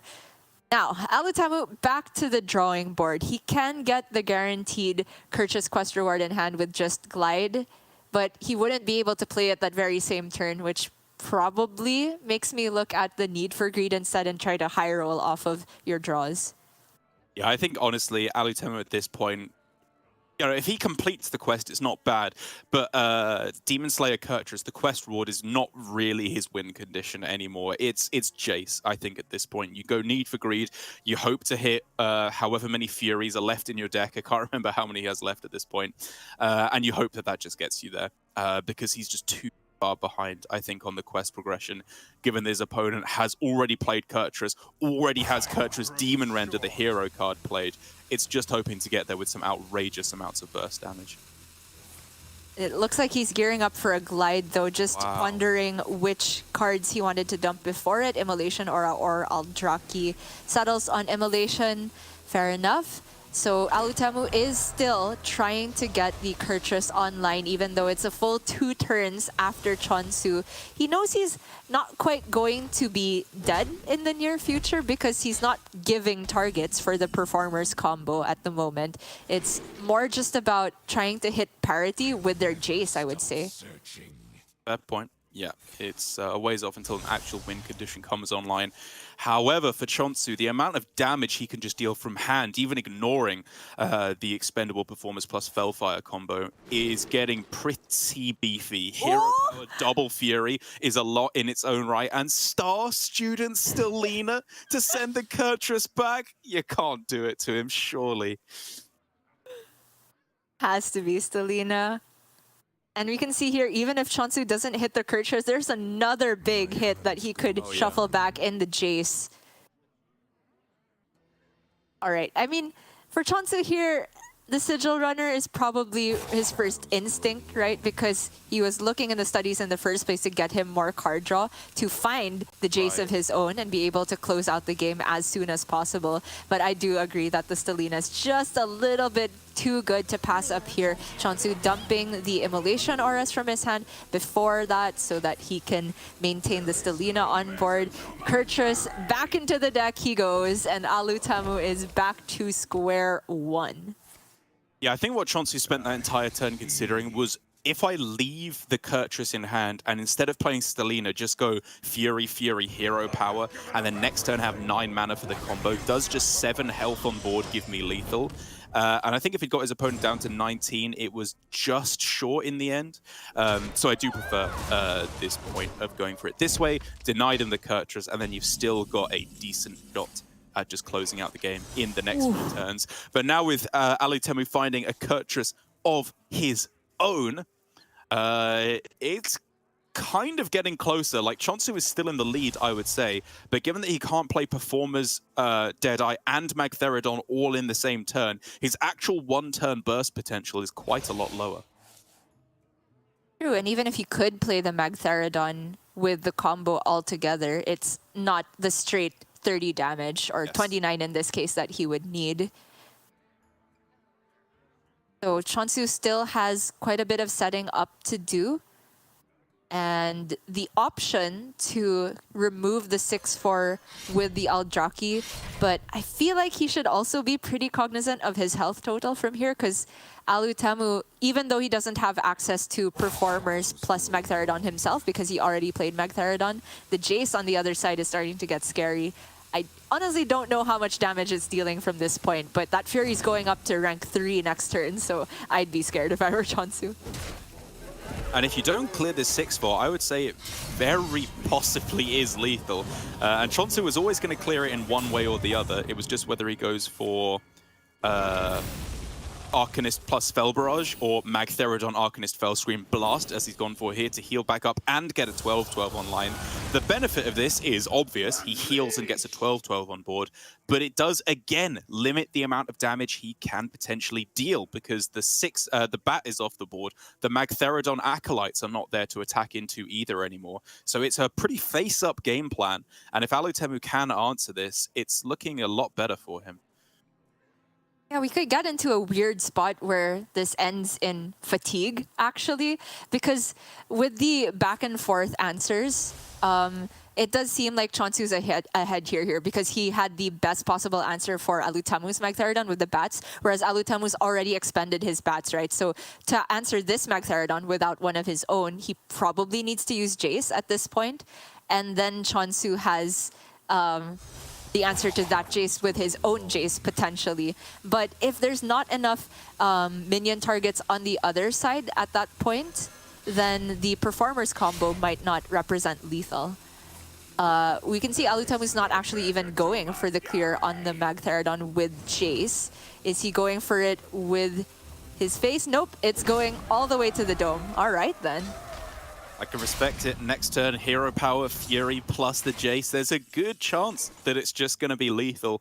And here for Chonsu, he's got himself 12, 2 Hero Powers, Fel Barrage, and a Fury. It's a lot of damage, but it's not 30. It's not. He was praying for his own Jace, but it's just in the bottom 4 here. Alutemu taking a very brave line of hoping there was no Jace. And we'll see if he gets rewarded for it, because Chonsu can just heal back up to full with the Fury committed as well.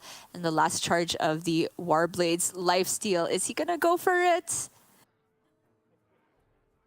I think he should. I agree. I don't see the Fury getting any better than this. Yeah. One thing he's afraid of at this point is Jace. Shadows grow long.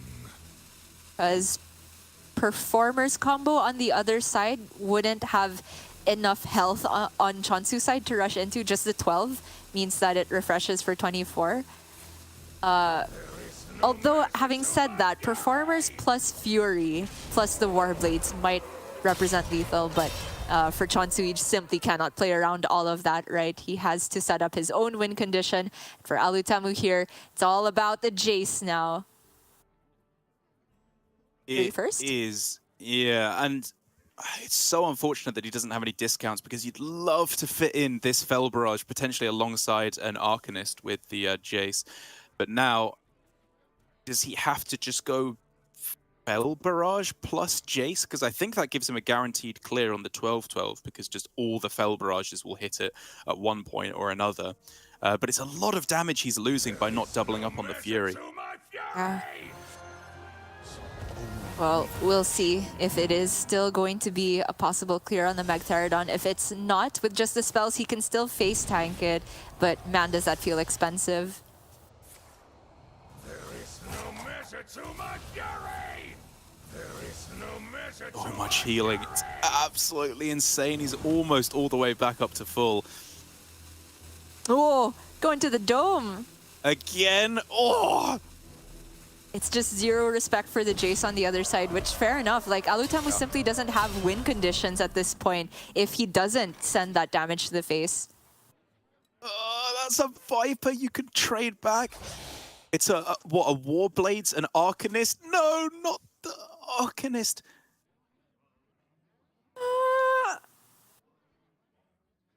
So you can get 24 damage face on this turn, right? With 2 hero powers, 8 from the Fel Barrage. Yeah. If you go Fel Scream as well. The answer is here. But Chonsu will surely be thinking about healing as well here, because the Performer's combo is also his concern here. Like, he has seen the Jace. Is there a world where he deliberately kills off his Magtheridon to give Alutemu no rush targets? Aim for the wheels. I bet you can do this. He's doing it. Wow. Does he trade? He's gonna trade, right? Yeah. Oh man, it feels horrible, But I think Chonsu has the right idea here. However, does this ever work out in his favor? Because he's actually deeper in fatigue than Alutemu. He has to rely on his own Jace to get the lethal, but I'm not quite sure if he's capable of doing that at this point. Okay, 8, 12, 14 damage, I think, with Arcanist, Fel Barrage, Hero Power. In terms of outs for Alutemu, I don't think there are any. Second talented Arcanist would get him up to 1 off lethal if we were able to draw it, and then play both the Fel Barrages on the same turn. Right.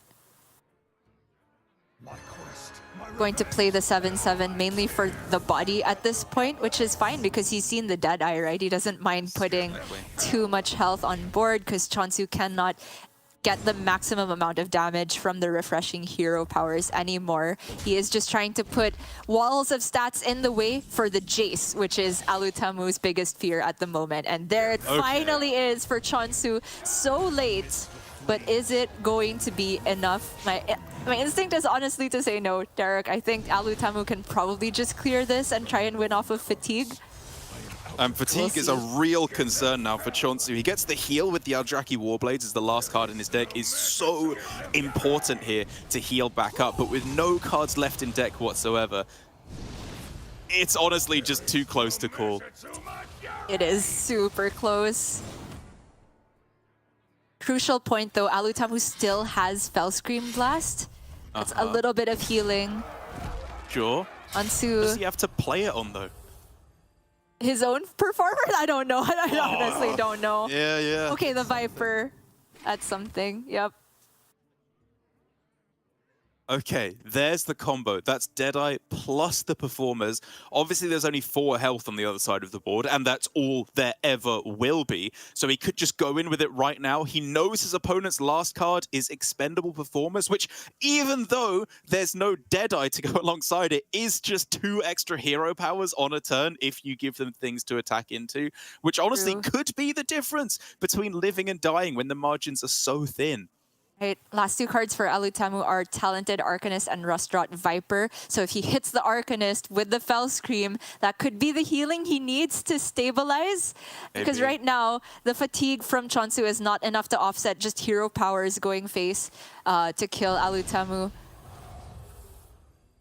Oh, he glides. So Chonsu gets 3 ticks of fatigue here. That's so sick! I did not see this at all. Does it set up lethal with the Fellfire Deadeye now? And the performers? Not quite, right? Not being dead right away. Yeah, that's the important thing. If you go Deadeye performers here, you can get 4 hero powers face, 8 damage, plus the Fel Barrage 12. You're then giving your opponent things to attack into with the performers, which now that it costs 5, he knows, instead of 7 for sure, means that it will be 4 extra hero powers. So he can't put anything on the board lest he just give his opponent lethal. This has to just be Fel Barrage, hero power. Yep, that's exactly right. Sorry, they do have exactly the same deck lists. I misspoke at the beginning of the match. Viper also available for Alutemu. But honestly, I can't do the math, Derek, with the Eldraki Warblades. I don't know. How deep is he in fatigue again? He's taking 4 now, I think, as the first tick. Yeah, okay. So 5 and then 6 he can survive. He's healing for 4 here, up to 9. So 5, 6, 7 is dead. Yeah. So 3 turns. Kill Alutemu. I think he just loses. He's figured it out. I think he was 1 turn behind. Exactly 1 turn. Oh my goodness. That was such an incredibly well-played endgame from Alutemu. And Chonsu too gave it his very, very best shot. Even though the Jace was so far down, found an alternate line of just pushing enough damage to try and beat Alutemu. And I think Chonsu had it in his head where with the Warblades, he should get enough hero powers going through. The fatigue wouldn't catch up to him quickly enough unless Alutemu goes for the glide to fatigue Chonsu. I've just not seen that ever in this mirror. So clever. Yeah, I honestly think even being able to see both players' hands, I would have lost that game from Alutemu's perspective. Like, even ignoring the glide play that he saw, the fact that you had to realize that despite your opponent is fatiguing, and they're on very, very low health, you're not supposed to play the Viper to destroy their weapon, which gives them 4 extra health. Like, when has that ever been correct? And yet Alutemu, through obviously perfect deck tracking, is able to figure out that playing the Viper was the one losing play he could make in that instance, going against all your initial instincts, everything your body is screaming at you to do, to destroy that weapon, to save you health, and to deny your opponent healing. Alutemu sees through it in what was a masterclass from start to finish for Alutemu. I just think through all points throughout that series, he knew exactly that that kind of end game was going to be possible, and he was moving towards it as quick as he could, which, again, he's just the absolute glide master. You can't take that title from him. No matter what, he is the undisputed king of that card.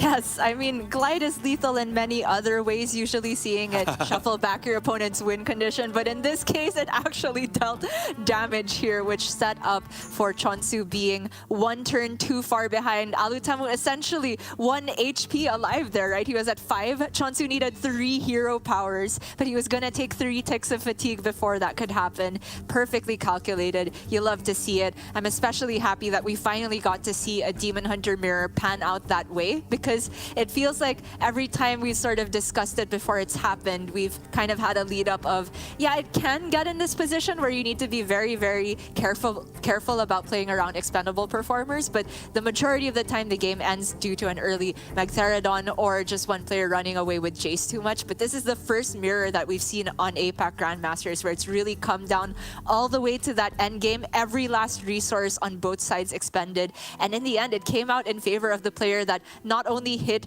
their quest reward later, but the purchase later as well. Incredible stuff. Yeah, I think Alutemu just showing his absolute mastery of the class there, which is very well deserved. Here, Gia, can you guess what I might be excited about in this new Burn Shaman deck? Could it be the one of devolving missiles? That is pretty exciting.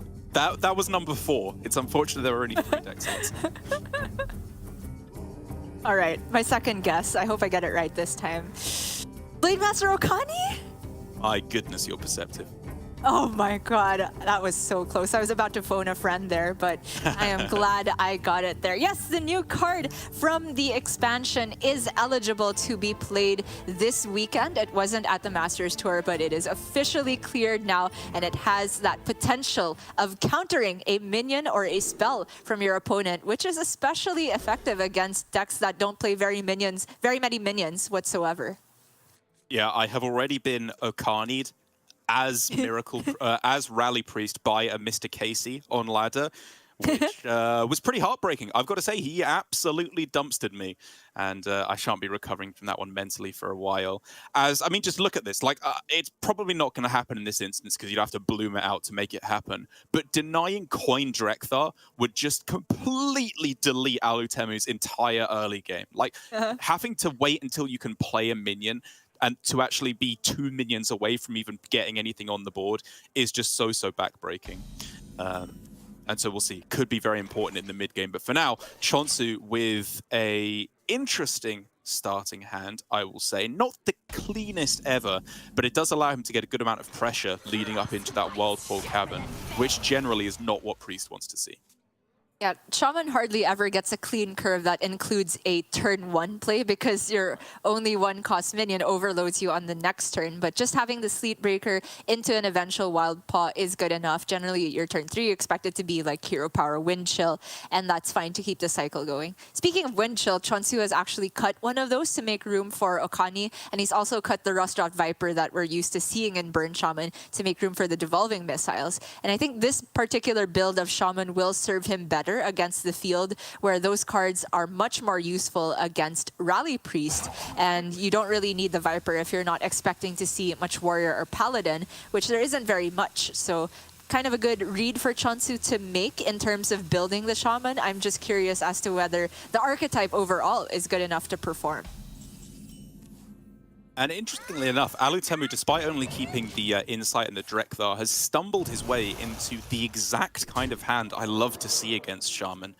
Because even though I was talking earlier about when versus Druid, when versus Demon Hunter, I like minion, minion, buff, buff, buff. Just play 1 or 2 cards each turn, get huge amounts of stats on board.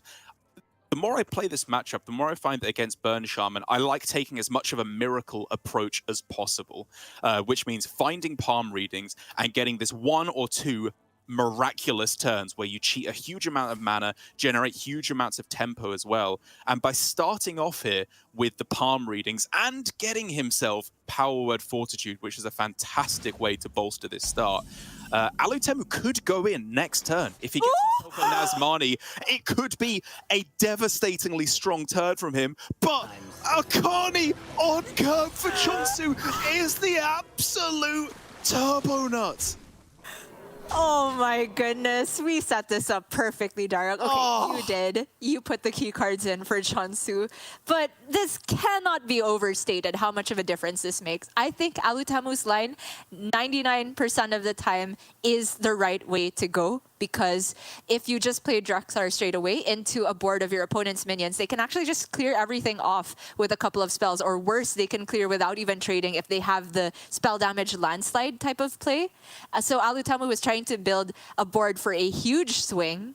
However, that swing is stopped in its tracks by an Okani play. He tests for spell first by going for coin, knows now that the counter is on minion, so he has to delay the Drekthar by a whole turn, playing down the Sethic just to get countered.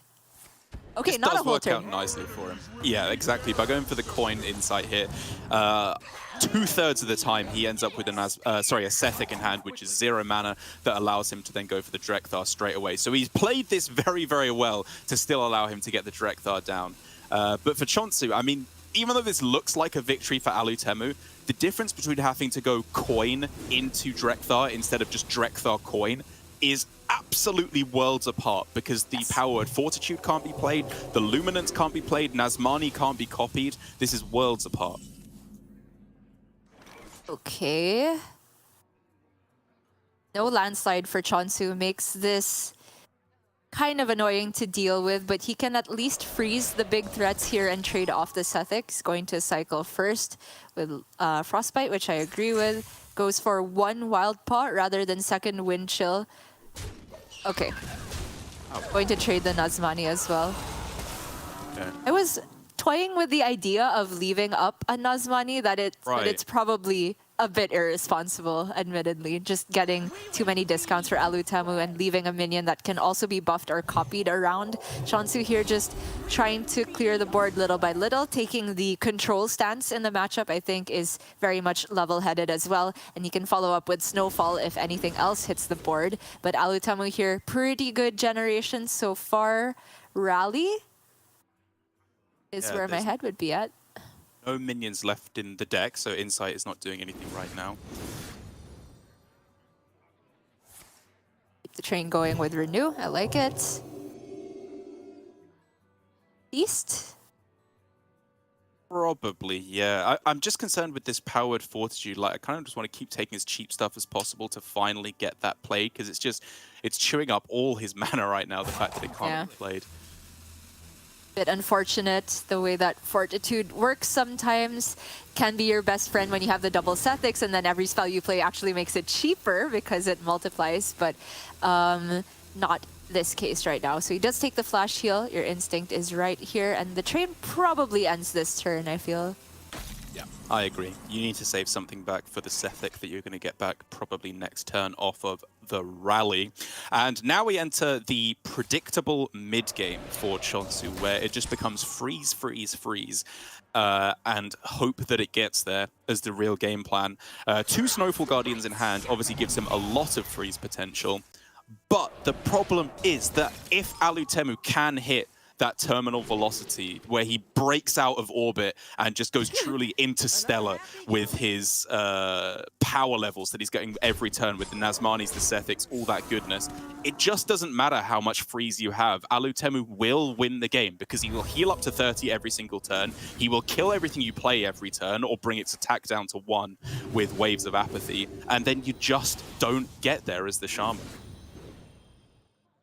Terminal velocity, orbit, interstellar. It's a lot of science terms being applied here, Dirk. All incorrectly, I'm sure.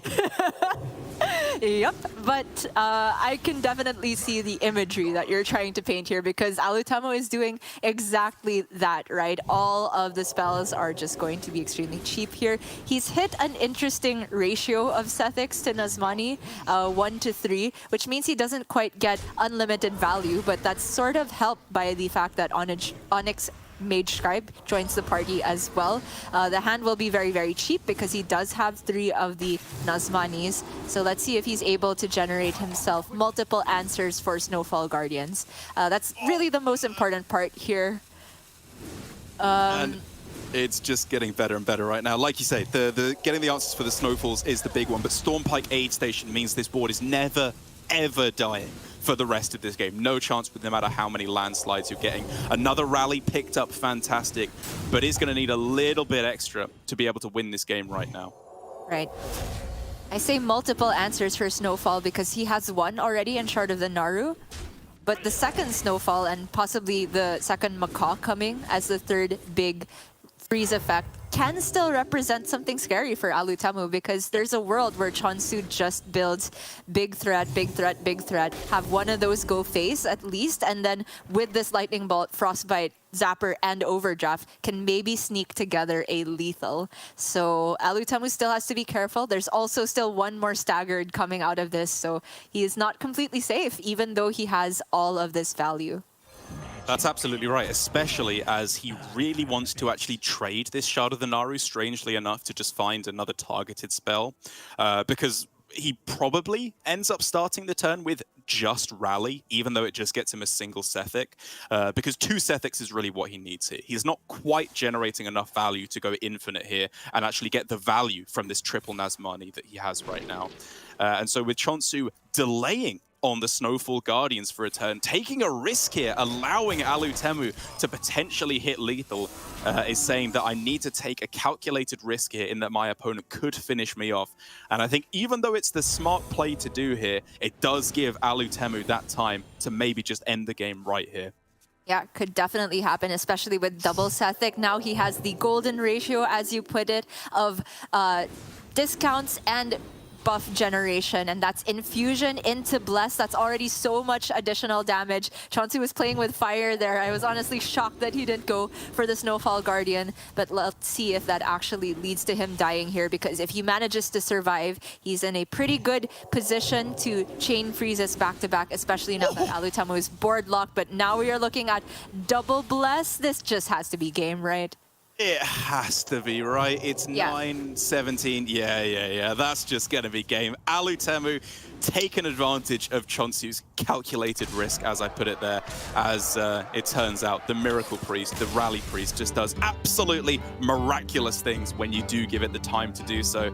And like I said, if you go for that kind of start as Alutemu, where you're building up all these resources, discounting a whole bunch of mana, and then trying to get these huge pop-off turns, rather than incremental stat development turn after turn, Shaman just can't deal with that, because even if they have the freezes to delay the inevitable, their win condition simply can't stand up to that kind of power.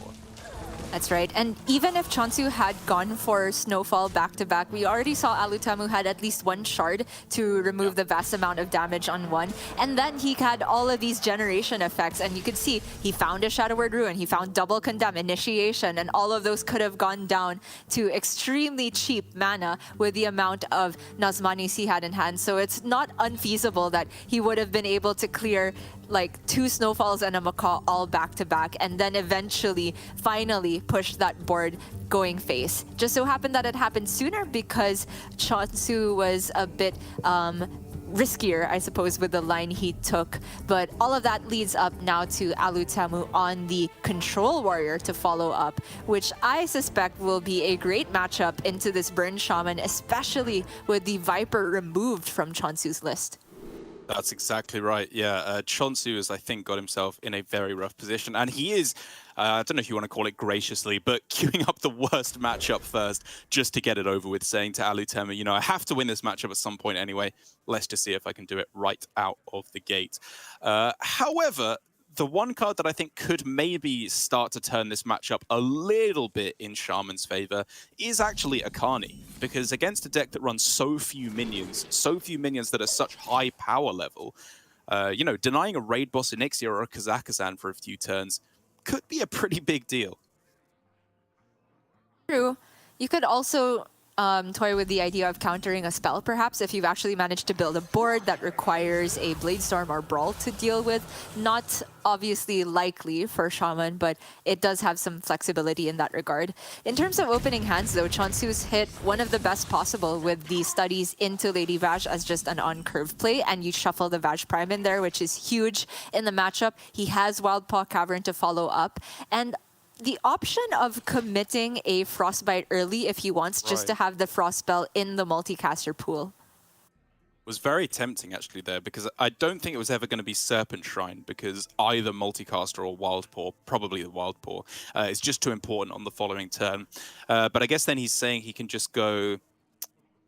the mana doesn't work out perfectly. I was going to say you can go Wild Paw, Serpent Shrine, and then Frostbite plus Multicaster, but that's 1 mana off working on turn 6 if you factor in the Overload as well. So it does mean that Chonsu is maybe a little bit slowed down in terms of his card draw. But I guess the one thing you do have in this matchup is time. Even if you don't have enough damage to necessarily get there, you're not going to be dying for a long, long time. Yeah. This does lead up into turn 5 Frostbite Serpent Shrine into multicaster turn 6 when you're overloaded for 1. Not obviously the cleanest use of mana, but it does mean that Chonsu can get the full amount of draws. And these are also spells that you don't necessarily want to have in your big burst combo at the end. I would say Serpent Shrine is super low priority in that regard because it's just... more expensive than Lightning Bolt, and you don't have all the mana in the world to work with as Burn Shaman. Frostbite can be a bit painful to part with, but you kind of expect that with the draws you get from Multicaster, because you preloaded, you can find one of those burn spells to fill out your mana for the big combo at the end anyway. The most important part is that Chonsu deliberately did not hero power. He's only willing to put minions on board that he knows cannot feed the Outrider's Axe directly into being card draw for Alutemu. We see Alutemu has the option of still drawing with this by committing Sword and Board. However, it means he'll be frozen on the next turn, and there's still another Staggered coming after that, and he might not be able to attack at all if he goes for that line. So that use of Bladestorm, I think, is pretty warranted. It does unfortunately mean his opponent ends up with 2 3/4s on the other side, which would be a gorgeous use of the Bladestorm, obviously. But you can't predict that that is necessarily going to happen. And he does still leave himself in a reasonable position. Corsair Cash first to choose throughout the weapon, and then probably Cutting Class plus a Sword and Board alongside a Swing to clear off, I want to say, the 3/4, just to stop any kind of growth. With the overload potential. The left 3/4. The left 3/4, sorry. Yeah. Okay. Why do I say that? The elemental, yeah. Yeah. Wait, isn't it also an elemental? Or is that only in Mercs? Incredibly vague in everything I say to it, yes. The unbound elemental. There we go. Yeah. The problem with Corsair Cash I was gonna bring up is Alutemu potentially doesn't get the Shield Slam, but I was honestly thinking that he would hero power and go Sword and Board and then Shield Slam and then swing on the Unbound Elemental. He would Shield Slam the Staggered. Instead, he commits Heavy Plate, which is actually a bigger usage of resources, but is more mana efficient if you want to put it in such a way that Alutemu knows he's going to Heavy Plate at some point anyway. A useless Corsair Cash is... not the end of the world. He's still got himself a reasonable hand for this mid game. He'd obviously really like to find himself a Shield Shatter, a Kazakhstan, something to either buy himself some time or actually get his win condition online. But it still feels to me like the kind of hand that's keeping up with a Shaman mid game well enough. Lacks just some AoE is the thing. He would love a shield shatter here. And technically can hit it with 2 tradables and still play it with Frozen Buckler. A bit unfortunate that this Corsair Cash draws nothing at this point because all the weapons are in hand, but I do think it should be tradables here rather than hero powering up. He just needs more resources than this. Yeah, I think I can agree with that. Like, his armor is going to be eroded next turn anyway, right? For a top deck shield shatter, it's going to have to come alongside Frozen Buckler. But Alutemu just keeping loading up them hero powers does clearly disagree for the moment. Fair enough. I like that he fits in the swing at least because he knows his face is going to be frozen next turn. Chonsu here can go again with the multicasters and save that battle cry for the Macaw. That Serpentine Portal is actually pretty clutch here as a dumpable spell because he kind of needs space in hand to accumulate resources while he's building up to maximum mana. And the resources are starting to come together. 1 Novice Zapper and 1 Lightning Bolt. Needs to find time to get rid of these landslides and devolving missiles because he really wants the Macaws to copy exactly the multicaster battle cry. The Snowfall Guardian, pretty useless in this matchup. That's just 2 dead cards in hand, I want to say. Yes, but he does, however, still have Vash Prime in his deck, which is obviously an even better copy effect for the Macaws, which he might try and hold on to for the moment. But I guess until he picks those up, like you say, you would probably rather just get the multicaster while you can. All right. Can this Rancor... Oh, wait, sorry. He doesn't have mana to play Minefield as well. And even then, you'd have to be an expert Minefield player to get the Rancor to be good enough here. So is it just Buckler and tank the 10 damage on it? Oh. It could be a preemptive Bulwark, honestly. I don't hate that. Oh, sorry, that's what I meant instead of the Buckler. Yeah, the Bulwark's 10 damage that way. Pretty funny because Buckler is also 10 armor, so I really had no idea what you were saying. No. Everything I say can just be applied to 2 equally probable things so far today, which is not exactly what you want. And you're just like a politician. It's perfect.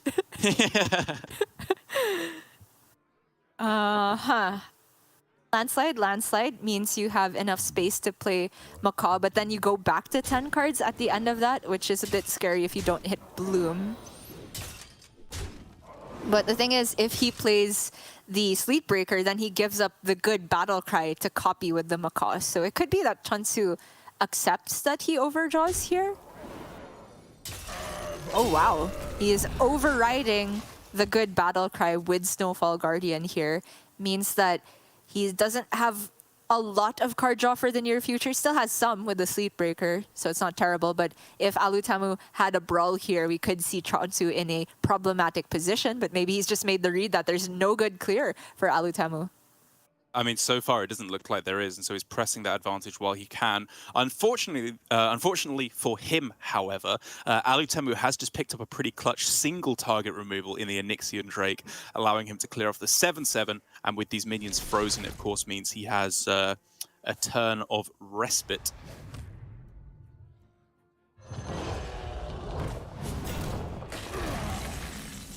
The fact that Chonsu has given Alutemu 0 targets for Outrider's Axis entire time means that Alutemu's been starved for resources. Also, pretty unfortunate to draw all the weapons before second Corsair Cash is played. So Alutemu still needs quite a lot more to deal with this board. Still doesn't have it. My goodness. If you go Axe plus... Axe plus Cutting Class, that leaves you 3 mana left over, which isn't really doing anything, is it? You could hit Shield Slam, I suppose, to kill off the 8/8, which is a good chunk of the damage removed. Yeah, not enough to play Brawl is the big deal here. And it's really only the Brawl that removes the majority of this, right? There is just too much health for Rancor to chew through. So it looks like Alutemu is going to have to tank a lot of damage. Oh, there's a shield shatter though. Well, there's 2 if he wants them. My goodness.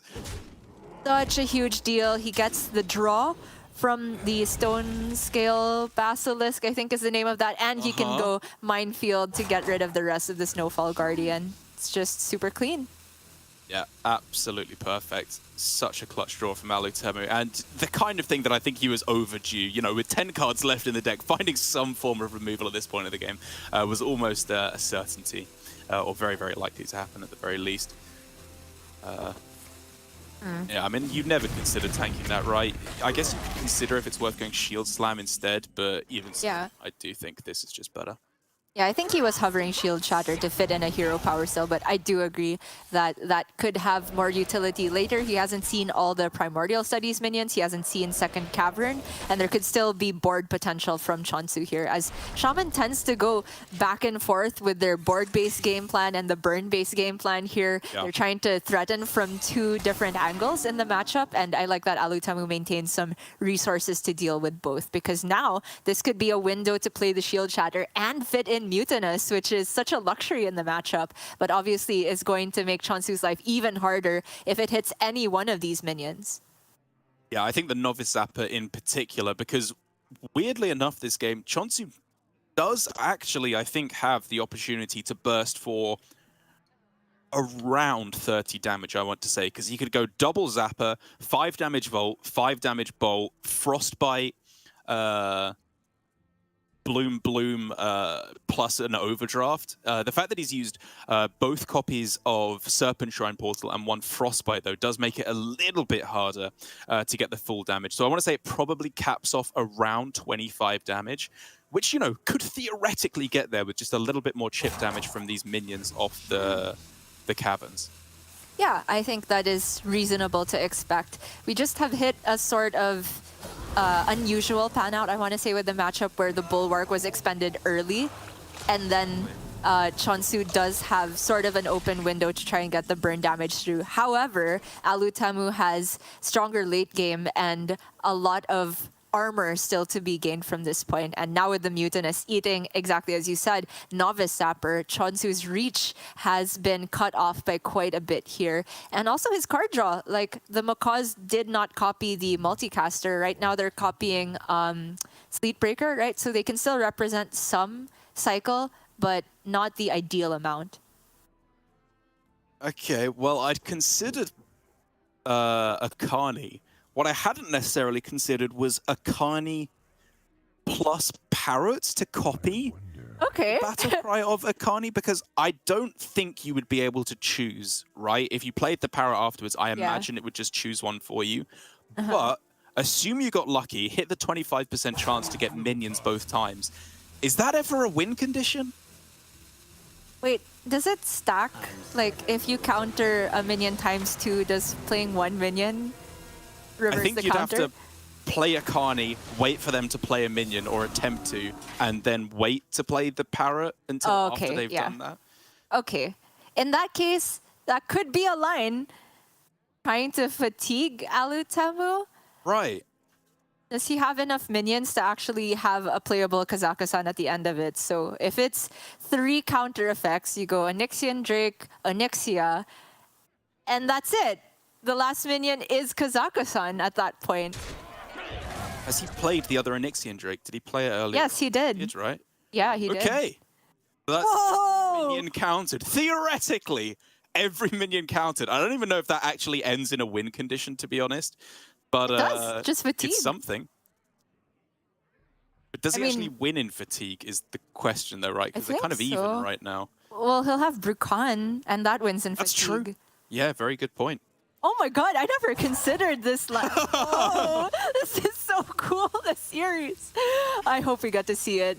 If this is the whole reason for Akani and saying you don't need Viper when you can fatigue Warrior, right, then that completely blows my mind. I was thinking, oh, the Parrot, use it for Multicaster. You're thinking, use it for Lady Bash. But is it just the tech to use it with Akani? I'm so excited to see. Oh, wait, did he... Wait, did he pick spell? Okay, now I don't get it. I don't get anything. Oh, wait, does Blade Pastor Akani say this turn anyway, though? Oh, does it? Oh my god, I haven't read the card. I'm so sorry. Let me double check. Oh, okay, well, he just gives it up anyway. So it's clearly not going to be a win condition. So it would have to have been Akani and your opponent actually plays it. Yes, the next minion plays this Oh, sorry. While this is alive, of course, is the stipulation, right? Okay, it has to be alive. Yeah. My bad. Getting a little bit overexcited, trying to find a win condition. That's how deep we have to go for Burn Shaman for there to be any chance in that matchup. Because while we've been trying to stoke the fires, keeping the hope alive, realistically, it just wasn't there, I guess, in the end. Yeah, I mean, that was a very, very long segment for Sapcasters, so you're welcome, Hey, there we TJ. Both playing along there. And that means Alutemu with a clean 3-0 is through to Sunday already. Just unstoppable, especially that very first game. The Demon Hunter mirror, so impressive, honestly. The macro understanding, the creative usage of Glide. I just kind of think that it was not Chonsu's day when Alutemu is this on point here. However, Chonsu still has another match in the decider, either between him and Posesi or him and Alan. Yeah, very, very nicely done by Alutemu. I think he is looking absolutely on point, and I've got to say, I love his lineup as well.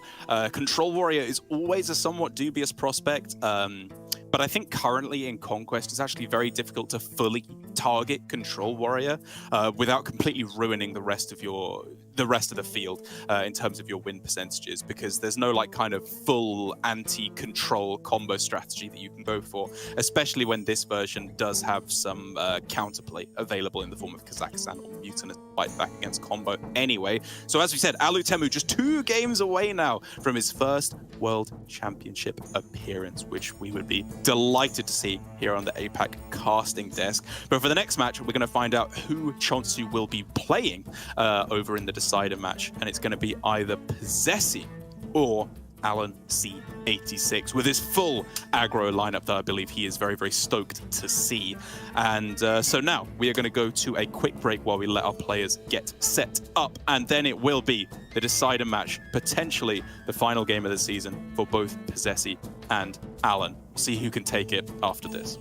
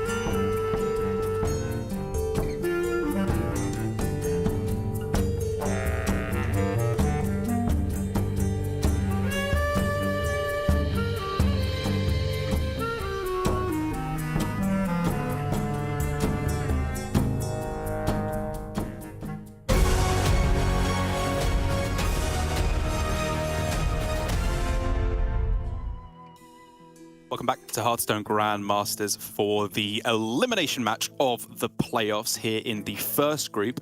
Second group, of course, to be played tomorrow, where we will be finding out the third and fourth of our semi-finalists to join Alutemu, who has already made it through, and then either Posesi, Alan, or more likely Chonsu, as he is waiting in the decider match and just needs to win one, whereas both our competitors here need to win two in order to make it through. But being against the odds has never stood in Alan's way, because he has made multiple miraculous runs, defying all statistics to be able to get through to the wins when it counts. And I think with this very innovative lineup compared to what a lot of the other aggro lineups are doing, Alan has actually got himself in a reasonable spot in this series.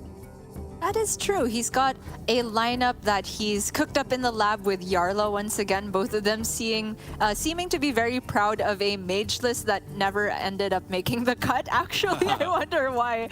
But they just kind of said in the end that the Paladin performed the same job more consistently. But the lineup is very aggressive overall. That's a Beast Druid in there, not Kazakhstan. That is a Shadow Priest, not Rally. That's a Face Hunter, not Quest. And that's a Buff Paladin, not Libram. All the most aggressive variants of the decks coming out to play here. And so Posesi has his work cut out for him, especially on the Druid. Does, yeah, and the real spicy tech that we're seeing in a lot of these decks is the Crossroads Watchpost. Is that the one that is called? The 4-mana one that counters spells. We'll see it when it comes up, I suppose.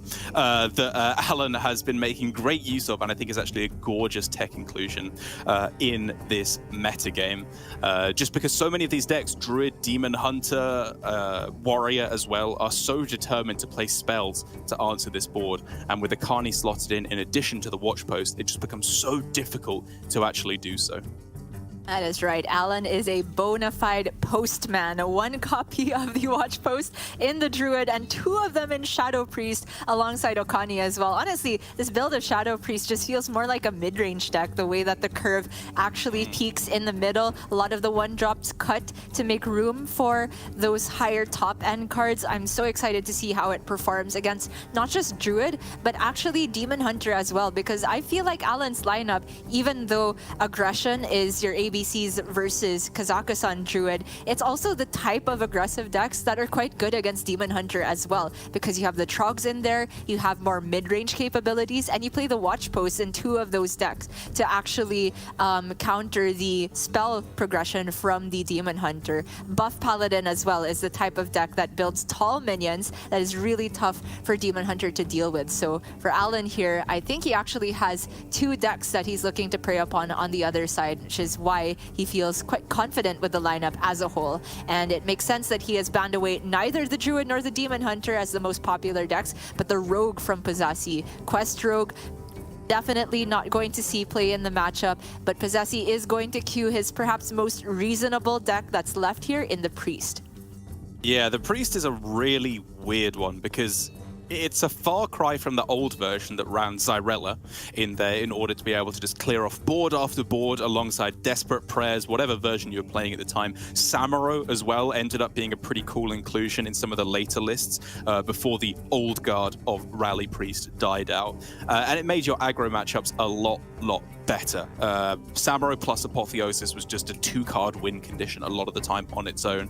Nowadays, you're relying on getting ahead on board because your removal options are nigh on non-existent in this version of the Rally Priest, which you can do for sure. If you go Coin Sethic and your opponent doesn't have an answer, then you can get obviously Bless, you can get Power Word Feast, a lot of these powerful buff effects that the aggro matchups can't quite stack up against in terms of efficiency of stat development. But if you don't hit that, it of course becomes a lot harder. And Alan is primed to target on just such hands with the inclusion, as we've said, of Cult Neophyte in almost all of his decks, Crossroads Watchposts in a lot of his decks, and even Akani making a fair few appearances as well in order to further counter Priest's efforts to lock down the board. Yeah, very exciting stuff. I mean, I'm pretty happy that you brought up the Samuro Apotheosis combo. It feels like forever since we've seen that, but it just kind of highlights to me how cool the concept of Rally Priest is, where yes, you have this huge unlimited value combo as long as you have time, but there's so many deck building restrictions you need to make in order to put together the deck, because of course putting in Samuro means that your Drekthar won't be active, it means that your insights are less consistent, and it means that you have to go all in on a singular game plan, which Alan is trying to abuse. With the Face Hunter here, he has of course still the Iron Deep Trogs that can get on board super early and prevent any huge development coming down from Posesi, or at least heavily punish it. And he also has buff effects for these minions so that they can go toe-to-toe, actually take value trades, because surprisingly it's more of a board-based battle in the beginning of taking value trades wherever you can. And if you allow the priest to get a big power word feast, kill off one of your big minions and then heal their minion all the way back up, that can spell doom for the hunter. So it's all about trying to get ahead right away for Alan here. However, if he does fall behind, not all hope is lost, because there's still the Trampling Rhino plus Doggy Biscuit type of combination he can go for. No True Aim Crescent, which is a bit surprising to see given that there's still Rhinos, but he has some comeback potential is what I'm trying to say. Does indeed. The really interesting card, however, in this specific matchup between the two decks is actually King Muckler, which is a card I've weirdly enough been thinking about a lot recently, given that it's made its way into a couple of the Quest Hunters, been seeing it here and there in aggro decks as well, and I think it just makes a good amount of sense right now. A 3-mana 5/5 is something that a lot of decks struggle to deal with in terms of their removal. Druid can deal 3 or 4 damage quite easily with Moon Touched Amulet or Lunar Eclipse, but 5 is a little bit tougher. Against Priest, however, weirdly enough, the bananas are actually pretty clutch a lot of the time for the Priest. If they can reduce their cost with a palm readings in particular, it's just extra fuel for the buff effects. So I don't know, probably not going to happen, but it'd be cool to see if the bananas do end up making a big difference in this series. Because like you say, if Alan can get a win against what feels like Posesi's best chance, maybe the Demon Hunter is still a slightly better shot, but one of his better decks in the series, then Alan is really starting to claw up those win percentage chances, because then there's still the Druid that needs to get a win afterwards. True. Man, after you put the idea in my head of the banana becoming the disaster for Alan, I can already see it, right? It's not just like the palm reading. Putting 2 more spells in their hand also cheapens Power Word Fortitude. We'll see if Mukla ever comes out to play in this particular matchup. Probably not going to be a big priority for Alan to get down on board. I think it is very much more so about those 1-drops. Starting off with a Trog curve is ideal, especially if you can put Divine Shield on it to be more resilient against Holy Smite. Although having said that, Trog with Divine Shield is weak still to Shadow Word Devour. So there's many different breakpoints that Alan will have to be cognizant of. But, you know, based on his social media and just Alan's general personality and work ethic, I am sure he is put in a ton of reps for this. It's the last chance for players to try and make it through to the World Championship if they haven't qualified through to the last call, like Alan has not. So it is going to be high stakes every single match from here on out. Another interesting factor in the matchup could also be Rinling's Rifle, actually. Freezing Trap is something that I'd imagine Rally Priest has a lot of difficulty dealing with. I know you've been playing a lot of Rally Priest recently, Derek. Have you run up into much Face Hunter on ladder?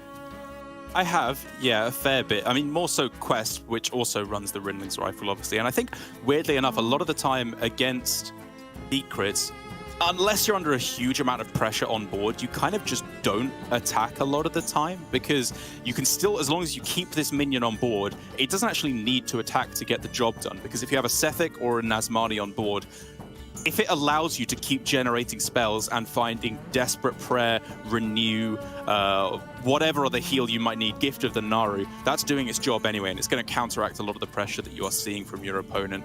And so being not too hasty to attack with the minion, in case it is the Freezing Trap, as you say, is I think something that the priest should always be cognizant of. I'm just seeing as well, as we, I think, wait for the players to get all set up and into their game, that apparently I just got tagged in a couple of tweets. Chonsu may theoretically not actually have lost that game with the Demon Hunter fatigue down at the end. Speaking of these very, very tight margins, as some players are hypothesizing that it actually won that game in terms of fatigue, might have conceded a little bit early, which I will most certainly be going back to and taking a closer look at in the break. But it just shows you can never concede a game unless you're 100% certain you've lost, as maybe, who knows, after some reanalysis, Chauncey may have given away a win there. Wait. You were counting 5 + 6 +... Oh, no. Okay, we can't do this. There's another game in front of us. Not now. Right. Later. Yeah. During the break. All right. Alan, opening hand, disaster. That is not the one drop you want to see. No 2-cost card. And the Mukla, which we've talked about, can be a detriment when facing against specifically Rally Priest because it cheapens their fortitude, etc., etc. And Posesi even has Holy Smite here to deal with the first minion, so a potential Doggy Biscuit top deck here is not even that good. Posesi's going to be so happy to see no minion on turn 2 because he gets the initiative with Sethic. Yeah, and I do think it is still Sethic on this turn. You can talk about Insight to try and get yourself a Nazmani for the following turn. Actually, okay, let's talk this out, because now that I've considered Drekthar as well, and the fact that you could, a quarter of the time, just get yourself an almost game-winning play on turn 3, is actually kind of tempting. And to be fair, a lot of the plays that your opponent wants to make on turn 3 do kill a Sethic anyway in the form of quick shot or aim shot. Bring up a good point. That could be why Posesi is going fishing with the Insight instead, but he doesn't hit Nazmani. Obviously, the best upside for Insight is if you hit exactly Drekthar, because then you could coin it out, and you're happy it hasn't been hit by Corrupted Insight, because it actually still pulls 2 minions. Sethic here, probably the worst outcome, because now even with Sethic double banana, it doesn't challenge the Mukla quite well enough. We probably see 1 banana here, and then chill for Posesi. Hungry, aren't ya? Yeah, I think it's good just to try and hope for a miracle bailout spell here. Maybe you get Hysteria or Condemn. Some of these are powerful removal options. Getting yourself powered Fortitude here, I think, is definitely where your head should be at. Yeah, goes down to 0 with this hand, so he can immediately commit it with the Sethic. Seems good. Okay, yeah, I guess you probably do go for it this turn. You could even throw in Coin Banana if you really want that extra bit of health. That's a good spell in the palm. Oh yeah, palm reading is huge here. Maybe not so much now that bananas have been committed, but Posesi really just wanted as many breakpoints as possible. He does, however, get hit with the ramming mount from Alan. Just a formality to deal with this minion, so it's on Posesi to find some removal, but he's starting to get to the mana breakpoints where a lot of the removal for for Priest is unlocked. Against all odds as a generated spell would be huge. Like you said, Hysteria plus the Shadow Word Devourer could get some work done, but right now, no immediate clear, so the best Posesi can do is stall out with some healing. Finds the Nazmani, and I love that he's holding off here. There was some slim chance that you could pop off here, but it was very unlikely. You'd have to like double discount the gift as the first 2 discounts to have any chance. So just tanking the damage on this next turn, and very likely getting himself down an Elec mount on the following turn, as I think he probably won't even bother with Sethics. All he wants to do is discount what he currently has in hand, not what he might generate. Could still Sethic, but in the middle of the turn, because I think it starts Nazmani into gift, and then you could play some 0-cost spells, and you could either rally or raise dead to play Sethics. It just sort of depends how and where the discounts land. So it's going to be Renew to start off. Okay. Yeah, it looks like he is just going to skip on the Sethics here, go for the full defensive game plan, because he has well enough value already in this hand, and a Shadow Word Death. That is insane. Wow. Absolutely monstrous. Wait, looking Devour at killing off his own 1/1. What? I don't think you meant to do that, Posesi. Yeah. Oh, to kill it off and get it back? Okay, sure. Oh, okay, that's clever. I mean, we saw Alan's expression as well. Yeah, okay. I guess it's fine. I mean, it just turns into a 2-5, right? Yeah. I mean, he loses out on one discount, but that really doesn't matter as he gets the Sethic back as well. Yeah. Very clever stuff from Posesi. 18 in the way. Alan, no real outs here. Yep. Just conceding Posesi, getting it done just in time, I think, to go collect his food, if that's coming anytime soon as well. Yeah, we have heard that Posesi warned us in advance he might be standing up from his desk in the middle of the series to pick up some food delivery, which I can't blame him. It is dinner time in East Asia right now. Yeah, I mean, snackies stop for no man. So very gracious of Alan to play at breakneck speed as well. And an important win for Posesi, absolutely, as the Priest, I think, could very theoretically have gone a couple games before winning, but not disastrous by the same metric, as I think Alan has got his main target here on the Druid from Posesi, which struggles so heavily against all his early development and anti-spell tech that he has in the double Crossroads Watch Post in a couple of his decks, Akani, Neophytes, all that goodness bundled together that makes Druid so unlikely to take a win. Posesi, I think, is just kind of moving through from good to bad. He's got Priest first, taking a win, now moving on to the Demon Hunter, which, you know, we talk about how Alan has teched his decks to do well against Demon Hunter, which is, I think, absolutely true, especially in the form of that buff Paladin. But it is still primarily, I would argue, an anti-aggro deck. It has most of the tools you need to fight back against the likes of the Face Hunter in particular, and theoretically the Druid that it's going to be facing now.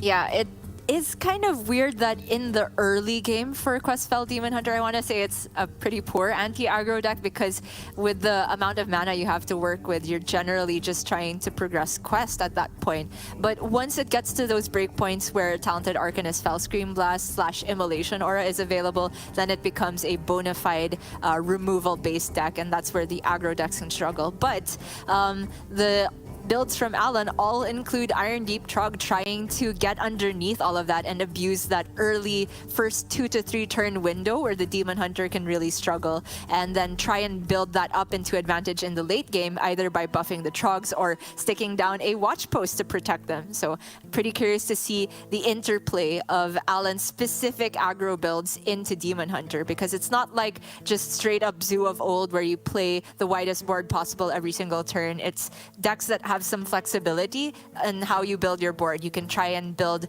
one minion that has a lot of stats on it. You can protect your minions with Watch Post and Neophyte, and you can cleverly disrupt your opponent from removing things. Exactly. I think what I find most interesting about this deck, and why it's my favorite aggro druid in a long time, because I think most versions of aggro druid have been, you know, like you said, more akin to the old zoo builds where you just play as much stuff as you can with the Bone Chewer Brawlers and the Battle Guards as well, and just hope to overrun them that way.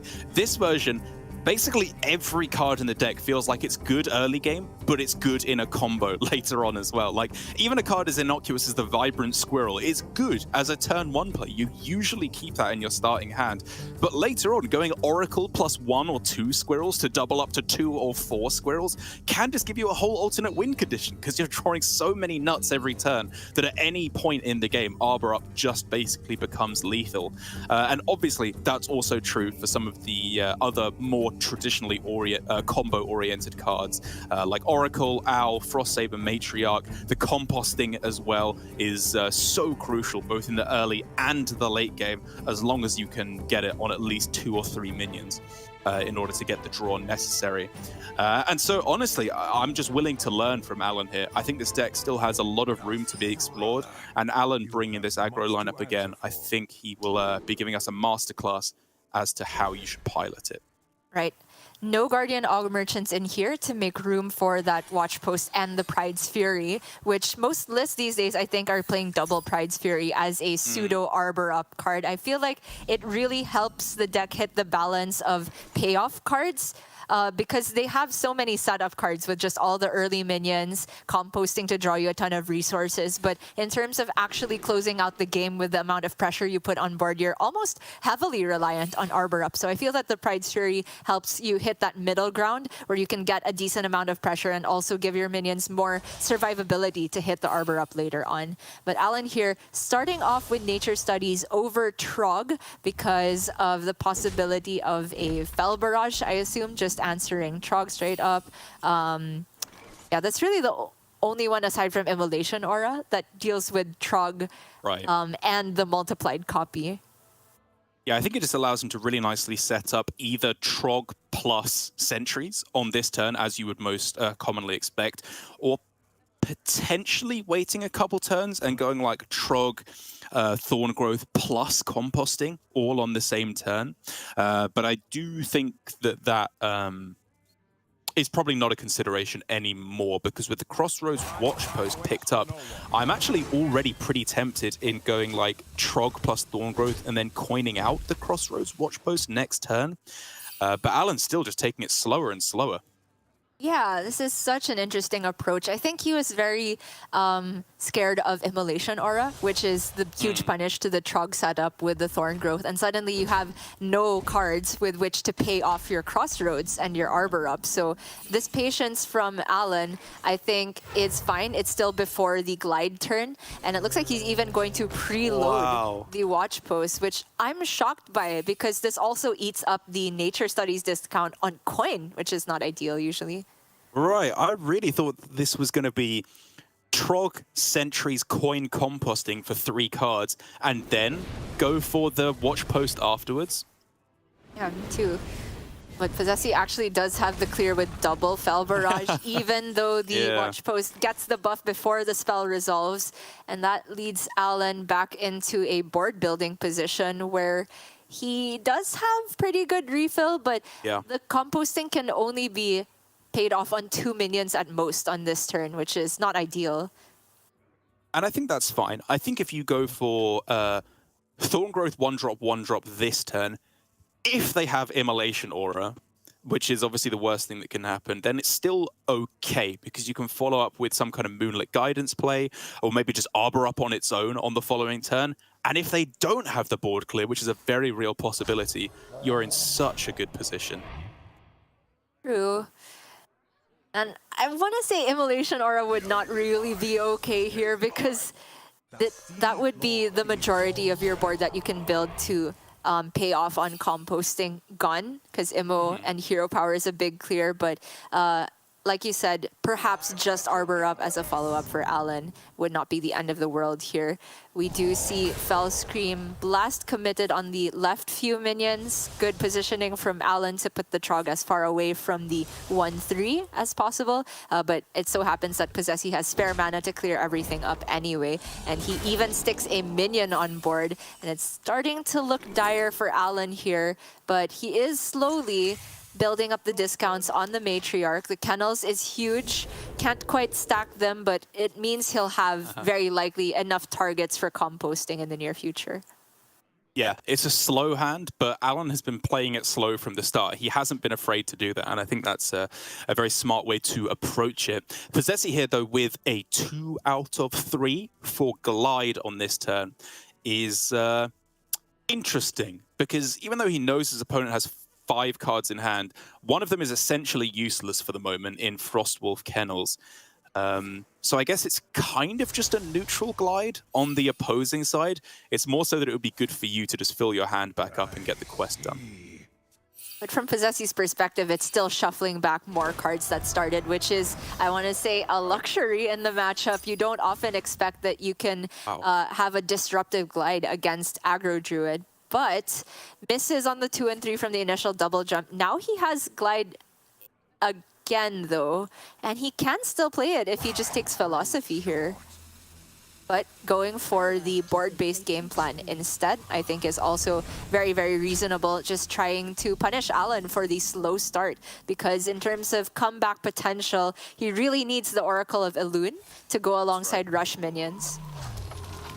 Yeah, and so by just fighting back for board as aggressively as possible here, Alan is again slowly setting up for that play, as you said, with Oracle, Frost Saber, and then composting / Arbor up all on the same turn. But Posesi is now finally starting to hit the juice. Card draw after card draw after card draw is exactly what he needs at this point, because he has a very good shot at finding Immolation or a Chaos Strike, Aldraki Warblades, Jace, all of these powerful cards that allow him to see his way through the mid game. And I mean, there, straight up with just an Immolation aura, that's a clear if he wants it right now. Yeah, and double Need for Greed means that he can also progress this quest and discount that Immo. So just each 1/1 going in a 4/3 into Immo means he even maintains the Arcanist as a 1/1 while getting the full clear. There's a world where he doesn't commit the Immolation aura, which is interesting, especially now he has Magtheridon, but I somehow feel that's a bit too greedy. You haven't seen a composting yet. I'd prefer he just takes the board clear. Yeah, I think Magtheridon is far too dubious of a prospect in this matchup when your opponent can so easily fill up the board and then the Acolytes are not even summoned. So even though he doesn't have to go for the Immolation aura, some kind of a clear on this turn, I do think is mandatory. And he does find it with going for the Fury instead and a full trade, which is fine. Yeah, pretty good middle ground here. I wanted to bring up that Posesi's line of going for Need for Greed in the first place was not guaranteed, because he could have still taken it into being a glide turn, because he could have played everything from the left, but that would involve using Spectral Sight before glide, which doesn't feel good. So I think just going Need for Greed and then accepting that you're probably not going to glide this game is fine. He gets so many additional discounts from the over-completion of Quest, but here we are now. Big push from Alan, finally gets a 4-target composting, which I generally think is the minimum for Aggro Druid to get a strong game going. And now, with 5 targets on board, not enough space for the Magtheridon tokens. However, Performers is playable here for a clear on everything but the 2/2 and still leaves Posesi some board presence. Oh, that's true, actually. I was considering with the pickup of second Immo just going... I guess it doesn't quite work. I was trying to find some way of going Immo, Magtheridon, Immolation as well, but it's not quite there. You'd have to take a draw on the Spectral Sight first. But honestly, I was actually going to say I don't really like the expendable performers, because for me here, for Posesi, he's actually kind of close from having the combo fully online with performers, Deadeye. He just needs to find the Kurtrus to go alongside it. But instead, he's just going with clearing the board, like you said, leaving himself with a decent board presence as well. I like this a lot. I really don't think it's a combo-based matchup for a win condition. It's... Oh, greedy? Oh, is he? Okay, Alan just being Alan here. The main win condition for the Demon Hunter is more just to run the Druid out of threats most of the time, I feel. Yeah.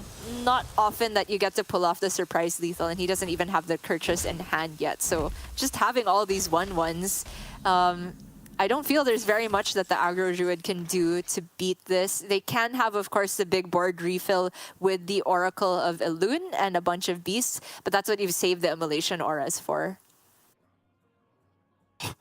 I don't know if I agree. I think Alan's actually in a reasonable spot here.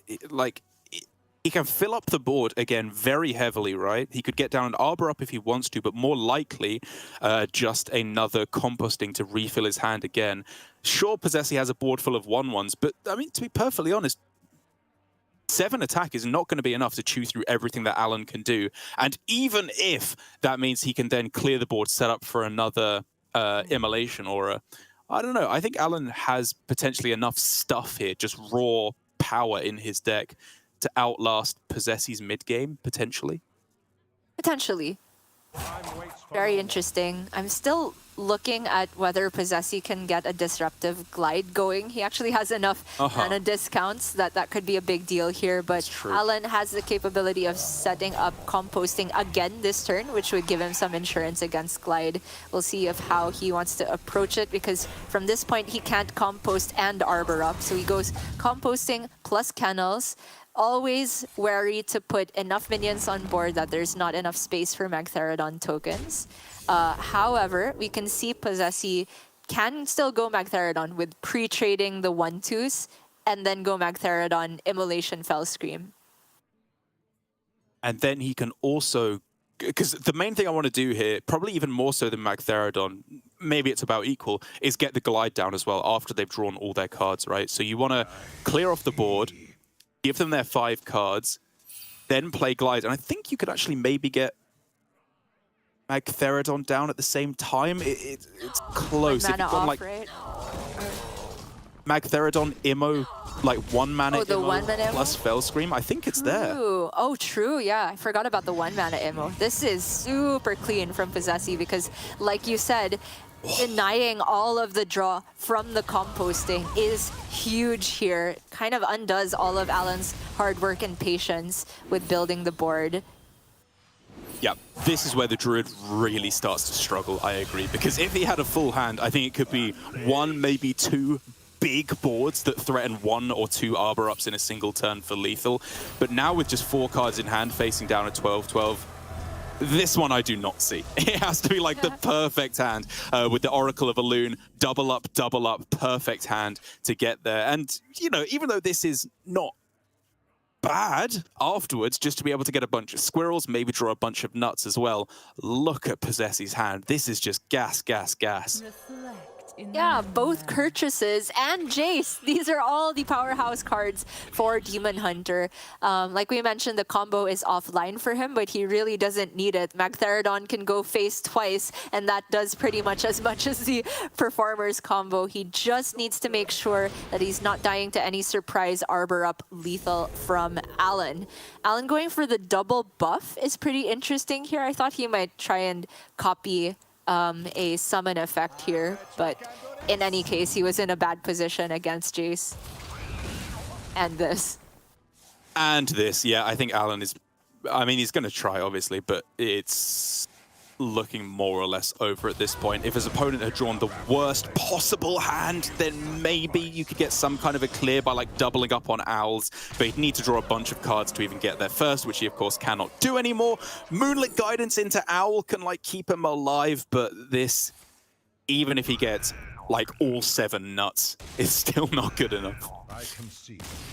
There we go. Yep. That's going to be 2-0 to Posesi. Looks like he's gonna go get his... Good timing. Amazing timing. I already saw him give a quick look to the left, or his right, I suppose, right when he had gone face with the Magtheridon. He already kind of knew he had won this game. He's just waiting for the formal concede to go through. And that means that Alan is in a terrible spot now. I was talking about how maybe the Demon Hunter is also a potential target for his lineup, more so with the Paladin than the other decks especially, but it's not the worst one ever, and that's why he didn't ban it away. But now he really has to pull through with the 3-0 sweep on Kazakhstan Druid. It's possible. I think this is what he's, you know, not necessarily built his entire strategy around, as I do think he's made some big concessions to Demon Hunter along the way as well, as a lot of the crossover is the same in terms of the tech decisions you want to make. Both Demon Hunter and Druid are very spell-based decks. So as I said, Crossroads, Akani, and Cult Neophyte are very, very powerful against both. But the main one is undeniably the Druid that he is looking to target.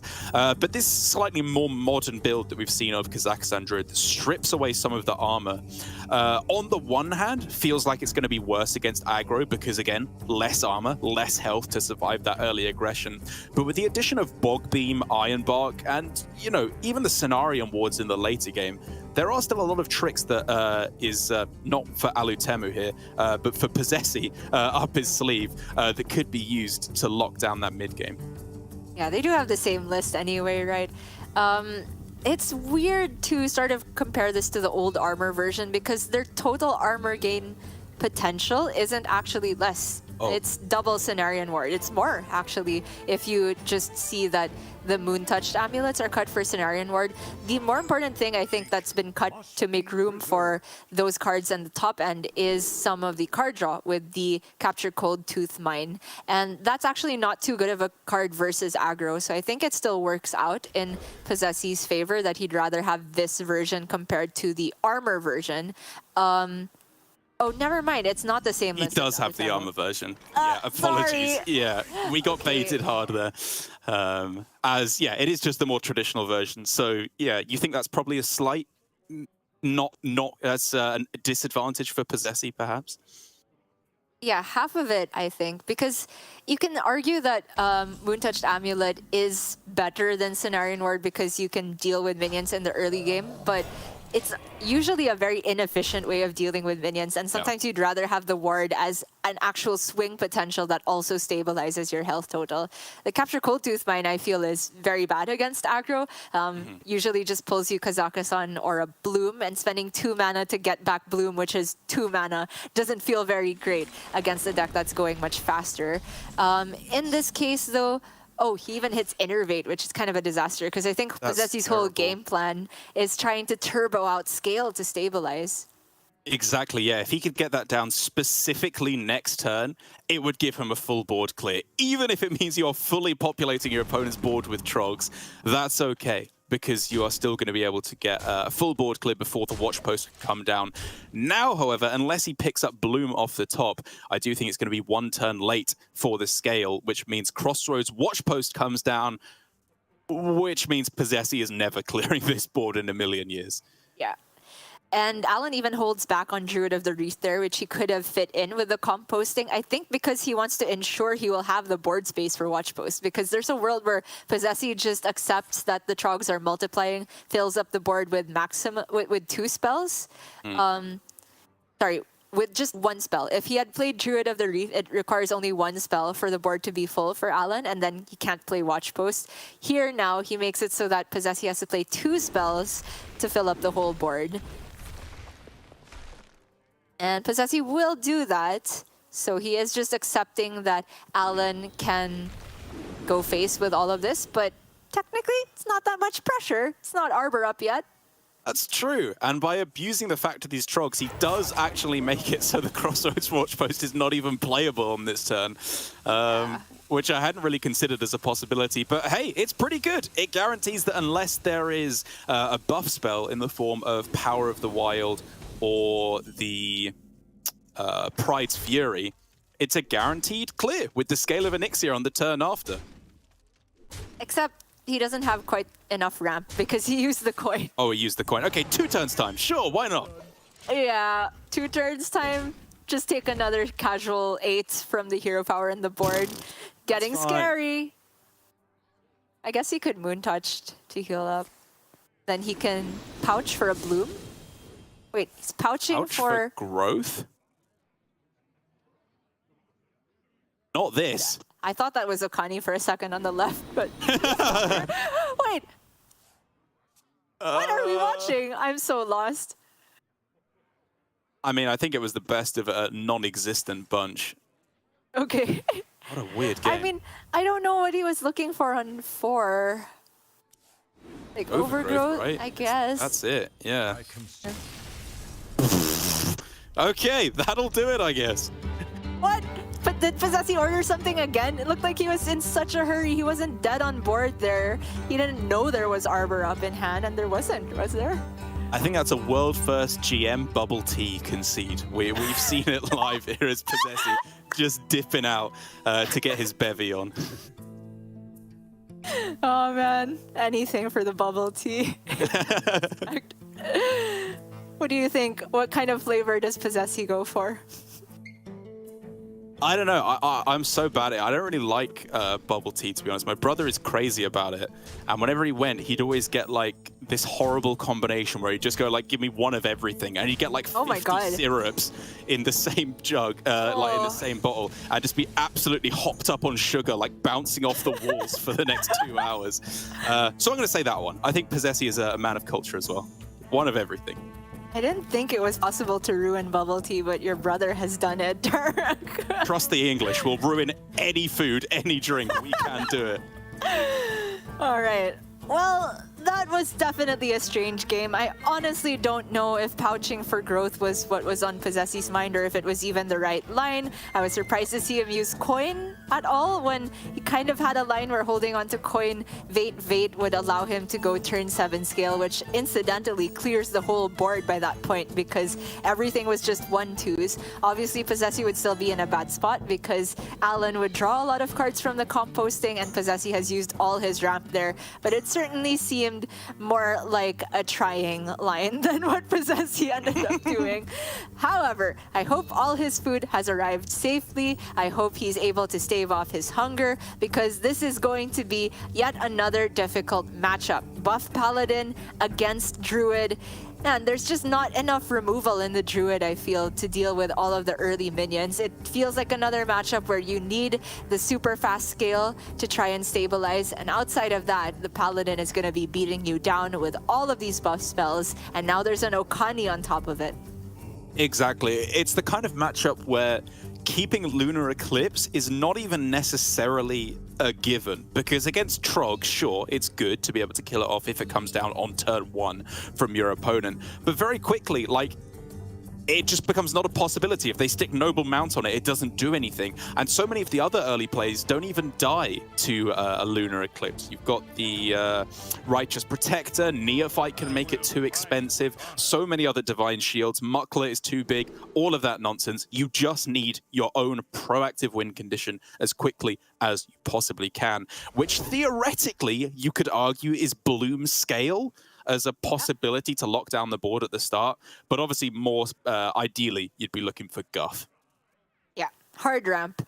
But I don't think I would turn down Bloom Scale if I were offered it as Posesi here. Obviously, you still lack some amount of ramp here, but man, he wants to think bigger. Obviously, the Bloom Scale game plan is messed with by Neophyte quite a little bit, but all right, straight away, Alan greeting and threatening with the power of the Trog, and Posesi throwing back a little threaten of his own. Alan, in case you needed any more reason to love him, is an OG BMer. He has been doing this since it was incredibly uncool, just constantly threatening his opponents. Hello, sorry, thank you, whatever it needs to be. He will use any means necessary to win the game. Have some bananas! Yeah, so you like food in the middle of a game, eh? We'll have all the food in the world. All right, he can clear the Trog. Uh-huh. And Okay, then I thought- overdraw? Yikes. Think so. Whoa, really? Okay. Coin Moonlit. Okay. He can still play Guff next Growth? turn with the Bloom. Yeah. Okay, that's a way to get a targeted spell, which is very, very nice for this Sunwing Squawker. Authority is obviously the best one, but Hold the Bridge is honestly not bad just to get another Divine Shield minion on board. Yeah, you know, you're not turning your nose up at that. I was gonna say, I think Hold the Bridge is the best one just because you can play it this turn. Sure, And yeah. immediately follow up with the Squawker because this is just setting up lethal. Very close to it. All right, he's guffing, he's ramping. But is it gonna be enough? Not with this hand. So he draws the card, he can go Hero Power for ramp, finish with Pouch, which I do think is absolutely correct to look for Bloom, Vate, or maybe Pounce if you miss on all the others, but yeah, Vate is definitely much more like it. He's got Solar plus Feral Rage, he's got ways to stall out the game until he finds Onyxia. This is not over for Posesi, I want to say, quite yet. He can buy himself a little bit of time and then hope to hit those power cards to clutch it out.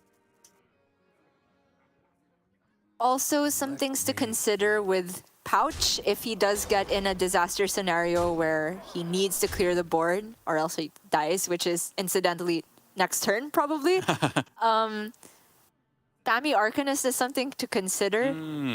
Point. Alan has not really built a board state that's weak to Spammy yet, but if he commits Murger McGurgle, that's a 1, a pseudo 2, no 3 I suppose, so not a full clear.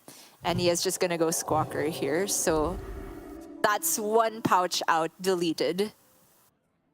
And so with 15, 16 damage on the board, I think for Posesi, Solar plus Feral Rage, as I said, should be enough, I think, to keep him alive. It's just BGBM that he would lose to in that instance. But I don't think you can afford to play around that in any other realistic world. And so with Vate, Hero Power, Solar, Feral Rage, he's likely buying himself another turn. And then, as I said, just needs to find Onyxia, Scale of Onyxia, some way to stabilize from this position. And that is not the one of Battlegrounds Battlemaster for Alan, so it's just going to be loading up the board even more, I assume. 2-2, and is it Peasant or Hero Power? Probably just Hero Power? Peasant? Oh, okay, never mind. I don't know. I mean, spend your mana, right? You're going Carriel next turn anyway, like. Well, Hero Power is spending your mana. Sorry, play your cards, right? You've got good plays, I suppose would be the more appropriate way of putting it. Important thing is, no matter which play he went for there, he builds enough HP that Scale on its own cannot clear everything. How much can it clear? 3 of them have to go into Mukla, 3 of them have to go into Neophyte, and that's already not enough to get rid of the 5/5. So alternate outs for Posesi. Is this a spammable board? There's no 3 health, right? It stops at the 2 proc. Well, he has double banana, right? So he can send 2 into Mukla, 2 into the Neophyte. And then if he goes 3 into the 5/5, he's still dead. Just, right? Wait. Oh no, he'd be alive at 1? He'd be at 1 health, right? If he kills off the 3/5 attack minions. No, if you put 2 bananas on the 1/1, that's the 3 health minion breakpoint, and then Spammy kills everything, I think. Oh, Spammy you're considering. I was considering the Scale plus the bananas, but Oh, okay. sorry, yeah. I mean, banana is definitely the safer way to go about it if you can stay alive on board, but I'm just looking for some sort of miracle out. Onyxia instead, okay. Okay, how much does this kill off? That's 8. That's enough to survive, right? For the moment. Did you count the 4 from Carriel? Oh, no, it's not. No, yeah. Even without the 4 from Carriel, sorry, it's just short here. Oh, man. Man, so many different lines there. We were talking about 2 completely different ones. I was thinking pouch for 5. Posesi went pouch for 10, which also had its merits if you found exactly Deathwing. We could see there that Onyxia is not enough to deal with that board and stay alive from even what he saw. And then you were talking about Scale plus bananas, which I honestly couldn't do the math quick enough to see if he could stay alive on board. But one way or another, Alan going for maximum pressure, hitting the hold the bridge on turn 3, just pushed way too much pressure, and just in the blink of an eye, we are down now to game 5. Yeah, I think my Scale plus Bananas route actually was 1 damage off being able to clear, because it would have been 2 whelps each into the Mukla and the 5/3, and then there would be 3 left over, which would be 1 short of killing off the Parrot, which I think left you exactly dead, because if you'd been able to kill off the Parrot, you would have been 1 damage off lethal from your opponent. And either way, the Carrier would have killed him off nonetheless, but from Posesi's perspective. And so I think your line was potentially a way to get there, but slightly higher chance was Posesi's in just going for the Deathwing. Yeah. Yes, you lose your entire hand, but that might be enough to still stabilize if you're lucky.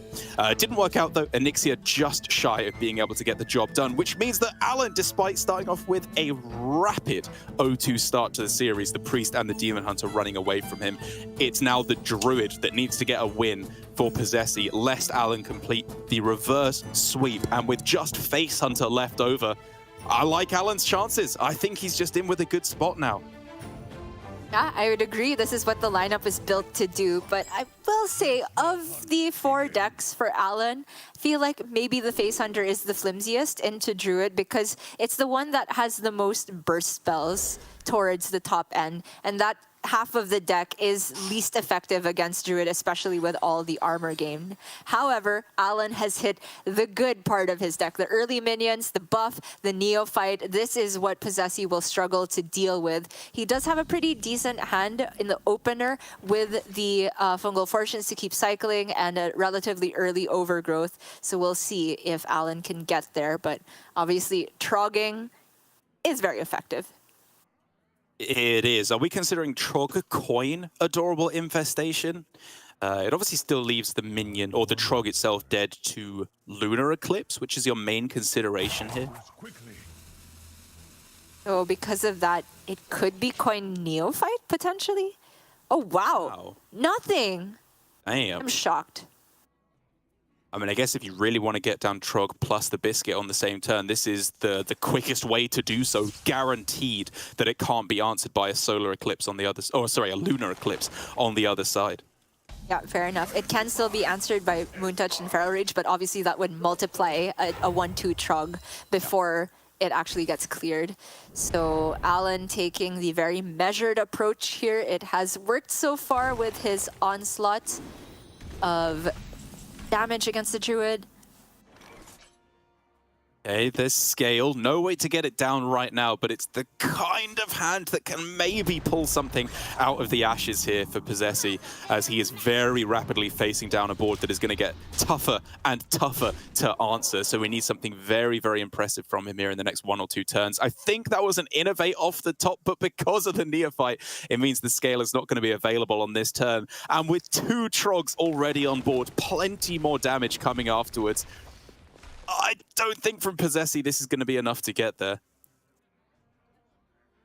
Okani also playable, which is not a huge deal to actually stop Posesi because he can easily proc the counter spell with Innervate or something of the like, but it's just another on-curve threat. That minion as a 2/6 is a big problem here for Posesi. He can't clear that much with scale here, like 3 of the whelps have to go into a Trog.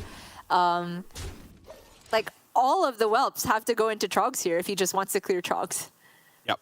Has to start with Innovate, obviously, to play around the potential for Spell having been picked off the Akani, which it was. So this Innovate is just easy come, easy go, has no effect in this instance. Scale of Onyxia, like you said, is something you could consider, but does it ever come down to having to go for a miracle off of Pouch? Like, Brass Wing, something of that nature. Oh no, wait, it's Discover. Of course, you can't even hit that. Yeah, yeah.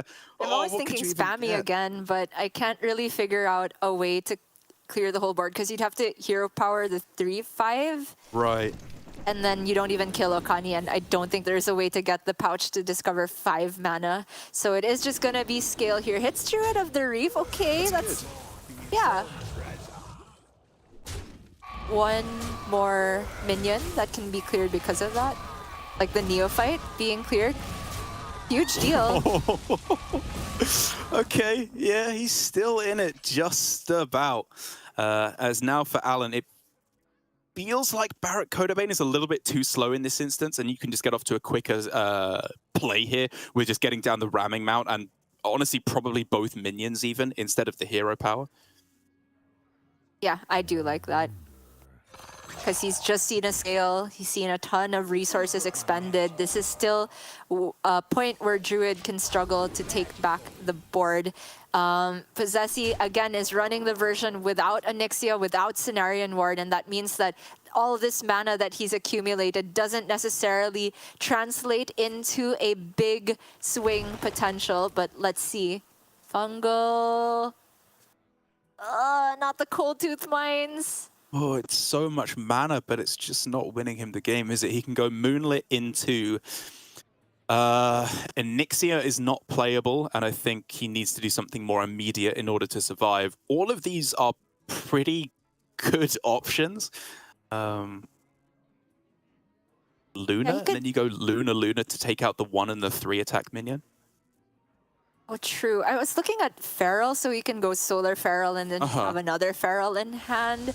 Obviously, it's just delaying the inevitable, but this might be the type of hand that requires him to even find the time to play Kazakhstan, is what I'm thinking, which he can, technically, with Cold Tooth on the next turn, play the Kazakhstan, and then Bloom Vate a Feral again if you need to.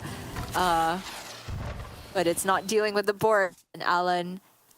That's why he played for board instead of just burst spells last turn. He's going to continue to do that while also loading up the burst spells in hand. I don't quite think Posesi can get there. I'm not seeing it right now either. There is 813 damage on the board, and given that you know there is an aimed shot in hand, given that Alan is only playing one ramming mount, you know that if you just go for Kazakhstan on its own this turn, you are dead. So it has to be something more impressive than that from Posesi. Maybe Kazakhstan, and then hope to draw a treasure immediately, like in the form of Book of the Dead, but I don't even think that would be cheap enough. Yeah.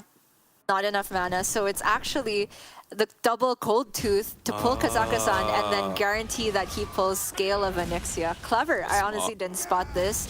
So that means Posesi can clear off enough of this to survive. Companion, Doggy Biscuit, Trog, Marcel Hero Power. And Alan still has the capability to play aim shot, quick shot, hero power on the next turn. Yeah. You just fit in the hero power. But now for Posesi, with 2 Scales of Onyxia having died, it's 100% the Book of the Dead will be playable. So I think it just has to be Kazakhstan now, and pray that you hit the goods to be able to clear off this board. Oh, no, he'd still be dead, though. Yeah, he would. Oh. It's still 10 damage in hand from Alan. Right. Okay. Guff gets him 5 and corrupts the Boon Touched. Okay. Oh, man. I'm trying to find something, anything to pull Posesi out of this one. Lunar Eclipse isn't really helping. Every spell played just generates another Trog, and the best he can remove with just Lunar Eclipse is a Trog. Yeah. So, all right. Math. 10 on board, and you expect 10 from hand the next turn. So the magic number is 21 here, and I guess even higher than that because you have to play spells, and that will put more Trogs on the board. So let's call it a full board, which is 22 damage, including the hand, right? Okay, yeah. So you need to get to 23 this turn, which you can do with Solar Feral. Yeah. Or Solar Moon Touch. Feral. Yeah. He's making the only line that survives him the turn. But I really don't think it wins the game. It's just delaying. Yeah, without even any immediate card draw to come off the Kazakhstan, I don't think there's any way that he can play it and do something to pull back the board on the same turn. Like I said, Book of the Dead, even if he had a way to get it on the same turn as I was hypothesizing a little bit earlier, I do think just still leaves him dead to whatever can come off the top for Alan. There a pouch left? Any Discover effects? Nature Studies? I think there's one pouch, which would get him... Wait. 7 Fungal. now? Wait. Kazakhstan Fungal book. And you've seen the burst spells. Right. And then you just pray that they don't draw the other aim shot. That's There's it. an out. That's the out. Alan Spring! No mission. Knife, but that's a blank. Yeah. Nope, these are not blanks. books. And you need the good book, not the holy book. The Book of the Dead. Oh my gosh. Pick something. Whatever. It doesn't matter. You just need book. Not that book. Bad book. Bad book. Bad book. Good book. Good book. Good book. Okay, I don't know. Poison, sure, whatever. Just Fungal. He has to go. Oh my gosh. He's taking time to pray. Posesi, what a man. Does he find it? I don't think he's found it. No.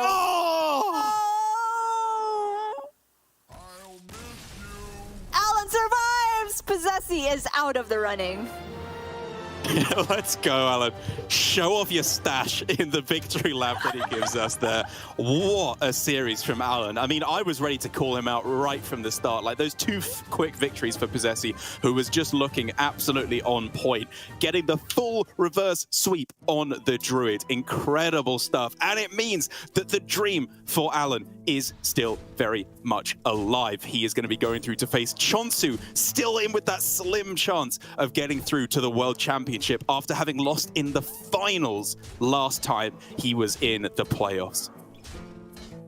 Man, still coming down from the high that was that series. Tarek, it all came down to Kazakhstan for treasures. Honestly, props to Posesi for finding a way to survive that long, that he put himself in a position where even overloaded, he had the mana to look for an out with Kazakhstan. He had enough armor to stave off wave after wave of threats from Alan and all the burn spells. But in the end, it is the lineup straight from the lab of Alan and Yarla that manages to reverse sweep the Druid, and it could be finding yet another target in Chonsu straight after a break. Man, what a way for this one to shake up. It does mean, I think, that that's not the end of Posesi's Grandmasters run, because I believe he finished in 4th place right at the end of the standings, which means he is still in the running for Grandmasters Last Call to be played out later on this year, which is going to be incredibly exciting to watch, as Posesi just managed to squeeze in with 7 points into 4th place. But that is the end of his run for this season, which means if he wants to get through to the World Championships, it is going to have to be in the very unlikely shot through Last Call or through a couple of very good performances at Masters Tours, which we would love to see from Posesi, of course. But for now, as we're saying, Alan is still in with that slim hope, and he's going to be up against Chonsu, who I have to say, I think is going to be a bit of a tougher opponent, because he has got himself still that Druid, admittedly, that he can look to hard target, but the Warrior, the Burn Shaman, some very nice alternate matchups available to Chonsu that could give him a leg up against the full aggro from Alan. But we're going to go to a 10-minute break now, I believe, to let Alan catch his breath after that series and think about what his ban strategy may be, although I think I have a good idea of what it could be. And then when we come back, it's going to be the final match of the day to find out who that second semi-final spot of the day will be going to, Chonsu or Alan. We'll find out very shortly.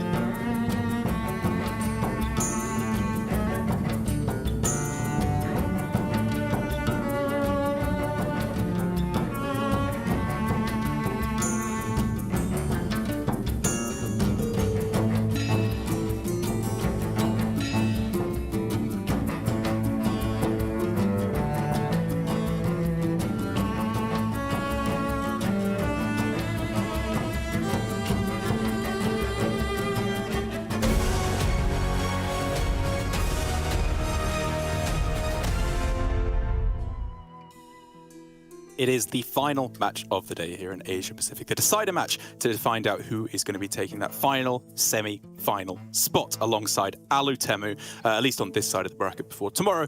We fill out the remaining 2 slots in the semi-final, as is how a semi-final has to work. But it is going to be either between Alan or Chonsu. And as I was saying a little bit before the break, it's a little bit of a difficult one to pass through this matchup, because on the one hand, Chonsu has got himself a couple of nice anti-aggro decks. Control Warrior, Burn Shaman, arguably Demon Hunter as well, should be in a good spot.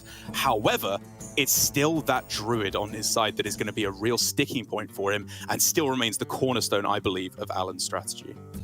That's right. It is one of those classic conquest interactions where one person with a hard target lineup has 4 decks that perform extremely well against one deck on the other side. Let's call it 70%, being generous probably, with all of the decks into the Druid. Is that good enough to take a series when you're probably in the realm of 30% against the other matchups? Who knows? But Alan and Yarla clearly believe in the lineup, and Alan has definitely lived up to his word so far, managed the reverse sweep on Posesi, and like we were hypothesizing a while ago, it's not only the Druid that Alan can prey upon.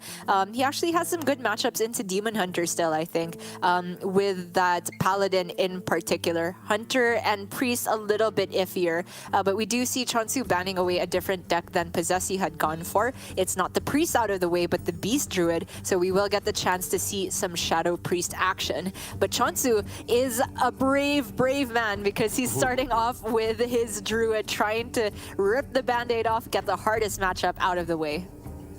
And as we can see, he does have pretty much, I think, card for card, an identical list when compared to Posesi, the armor variant that a lot of players have deviated away from.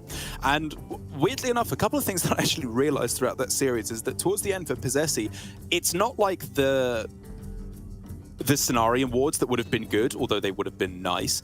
It was really enough, weirdly enough, just having a Nixia in the late game that would have been so clutch for Posesi, because it was just a way to go, guaranteed, I get my big minion and then I lock down the board. There are few boards that a Nixia can't deal with in one way or another, especially for the Hunter and the Priest. The Paladin, sorry, yes, there are these big buff boards that even Raid Boss and Nixia would struggle to answer, but the slightly more pure aggressive decks, rather than the board-based approach of the Paladin, would struggle against Raid Boss and Nixia. But here for Chonsu, once again, it's not there. And so getting down an early scale of Nixia, we've seen, to be honest, hasn't been good enough to win the game. Early scale has bought time, but the Druid hasn't been able to do anything with that extra time, because Kazakhstan just every single time has been too slow to play as an 8-mana 8/8 on the turn it comes down. That's right, and the neophytes hanging around in many of Alan's decks can make early scale a difficult prospect indeed. So it's an uphill climb for the Druid. We saw for Posesi to even have an out to beat Alan there. He had to gain, what, 24 armor or more throughout the course of the game, and then try and get there with the Kazakhstan into book at the end, and it had to be the perfect discover into drawing it right away off of Fungal Fortunes, and it didn't come together in that instance. But we could see a pretty different pan out here from Chonsu and Alan, because Alan, we are just going to see the last game of the previous series start off as the first game in this series, as Alan is starting with Face Hunter this time, maybe trying to spice up his Q order a little bit and catch Chonsu off guard.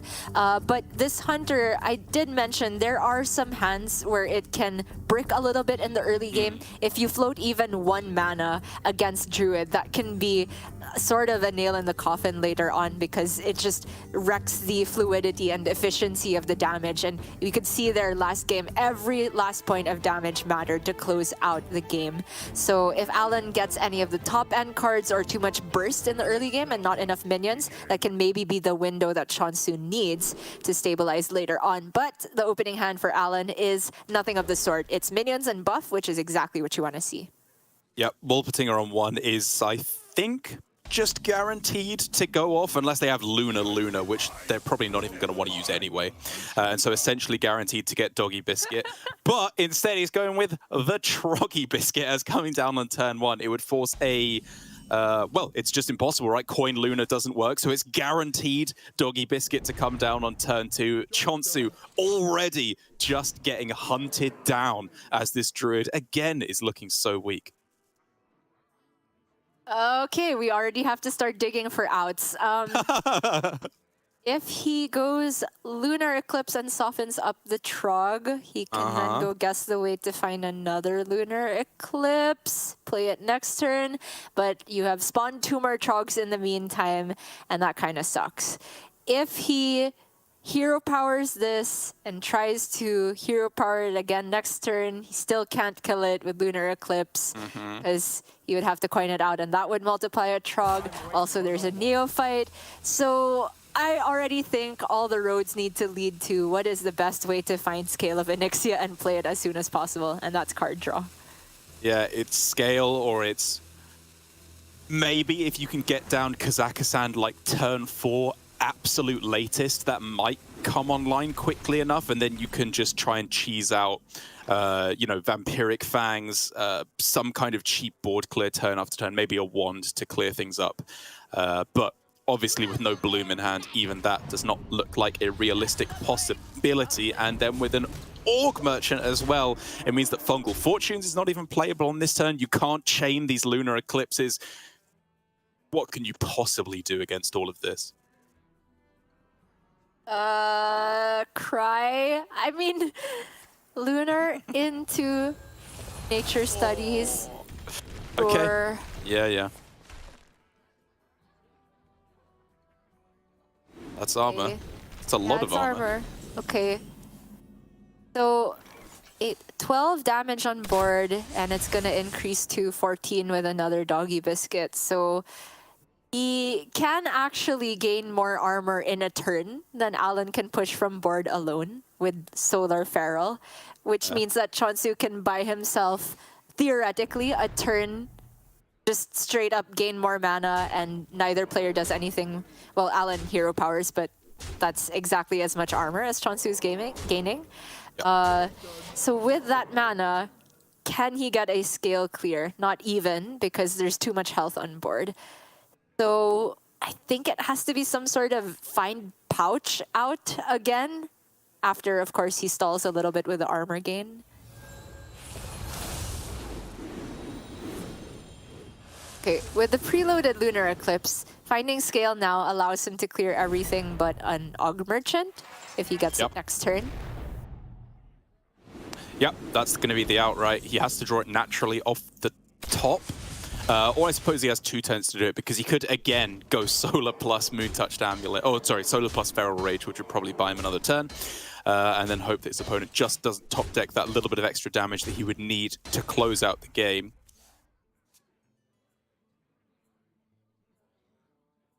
Okay, a pouch has appeared. And this board is spammable if he wants to go for it. That's all I'm thinking, honestly. But I agree. I think it is Coin Pouch. anything else on 5? I don't think so. Okay, going for the spammy. If he misses, he can still Vate and do other things. No. No. Oh, you know what Blood would have been God? sick here? Mulveric, actually. Oh, true. Yeah. But I a don't good think the odds for hitting that on 4 are higher than the odds of hitting spammy on 5, because there's probably just more 4-cost cards available to Druid than 5. Obviously, these are all super low odds outs, but that's how deep we need to dig to find win conditions for such a miserable matchup. Alan quite simply just pulling back his fist and punching Chonsu in the face every single turn. Those brain cells, of which he has so many, are not working especially hard so far. Taking a nice breather after all of his difficult spots that he's been in the previous weeks. Okay, another pouch. Can he find Bloom? Nope. Because if he had Bloom here, he could have Bloomed Pouch Mulveric, right? That's true. Yeah, good point. Which was maybe an out, but even then, like, because you don't get honorable kill on a couple of the minions, I think you would have had to have left like a 2-1 at the end of it was how it would work out. At which point you are just dying to so many things. Like, it's just quick shot, aimed shot, piercing shot, doggy biscuit, although both of those have been used, ramming mount, like so many different outs your opponent could have hit at that point, which Chonsu, of course, well knew, but he was just digging for any out whatsoever, did not find it, and pretty simply, Alan continues to target this Druid, getting the perfect hand time and again. And especially this build of Druid for Chonsu just looks so unbelievably weak to this style of aggression. Target on the Druid and target straight on the face as well. And this is kind of why I've talked about I prefer the Onyxia version and Cenarion Ward version against aggro decks, because you actually give yourself potential to swing the board later on rather than just delaying with armor gain. You can still delay a little bit with that build in the early game while you ramp up to the point where you can actually get a board clear and stick some presence of your own, either with the Onyxia or the Cenarion Ward. But Chonsu is going to move away from the Druid first, going for his Okani deck. And now I have read the card text, so I will understand how this works, I hope. I knew how it worked. I just chose to forget for suspense reasons. I'm just straight up lying now is my new thing in order to build up the tension, is how I will choose to cope with me being an absolute abject moron. But here for Chonsu, on the Shaman, I do think that he's got himself a perfectly reasonable matchup, right? You still have the same almost auto win conditions in Coin, Bloom, Caverns, or just Bloom Caverns on turn 2 if you're on the play, of which Priest I think will really struggle to keep up with. But then just a lot of the other stuff that you're doing naturally kind of just beats up on the Shadow Priest, because Landslide is such a dominant card in this matchup. A lot of your early plays are enough to, if not beat the Priest on board, at least to keep up and to force them to keep using hero power turn after turn instead of just vomiting stats on the board. And then, of course, later on in the game, if you're able to get down these big Snowfall Guardians, there's not that much burn available to the Priest outside of the one Shard and the one Mr. Smite. So locking down the board with these huge attack Guardians is often a very real win condition in its own right. Yeah. There is some counterplay to Guardian with the one Najak Hexen in here for Alan, so something that Chonsu will have to keep in mind. But I do agree that the early game is more so about trying to lock down the board instead of freezing it necessarily. Answering it as the Shaman is the way to go about it. And with Landslide, you can sweep up a lot of this just with a single Novice Zapper. So gonna be tough for Alan to build a board state that's resilient against that. But he does have Cult Neophyte in here still. A lot of one-ofs, actually. The Kulturan Chaplain slotted in there, one Void Shard cut for it, and additional minions like the Watchpost in place of Thrive in the Shadows. So even less ways to pull the burn, but he's doubled down on minion presence, and this is kind of as good as a minion presence-based hand as it gets for the opener. Yeah, it's really not bad, is it? Applies a decent amount of pressure and, of course, has lots of survivability as well. So I honestly would not be surprised at a full keep here, which I think Alan has ended up on. For Chonsu, though, it was a little bit of a more daunting prospect, or difficult mulligan, I suppose I should say, because the Bloom, absolutely agree, that is the card you're looking for in pretty much any of these early tempo-based matchups. But the Serpent Shrine portal was something I was quite heavily considering, just as a strong early tempo play to swing the board back in your favor. Interesting, because if you keep Bloom and Serpent Shrine, that kind of says this wants to be a turn 1 play, but on the play, you're not actually removing anything on turn 1. So kind of like that Chonsu has still tossed it to find better shots at the Wild Paw Cavern, or just early plays like the Sleet Breaker. Serpent Shrine still getting quite a lot of work done here. Oh, okay. I was expecting that he'd preload the damage on the Frazzled Freshman, because I think that the Sleep Breaker on 2 health is an easy hero power target, so I was looking at trying to get value from it by value trading a little bit. That's a fair point. I think Chonsu can put a fair amount of value on just forcing your opponent to press the hero power. And, you know, taking off a 2-attack minion instead of a 1-attack minion does in its own way make its board much more survivable.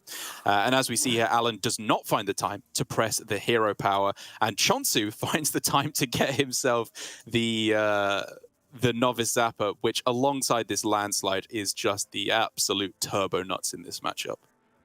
Huge. Just goes Zapper Landslide, double trade. He has a 3-3 and a 3-2 at the end of that. Super far ahead.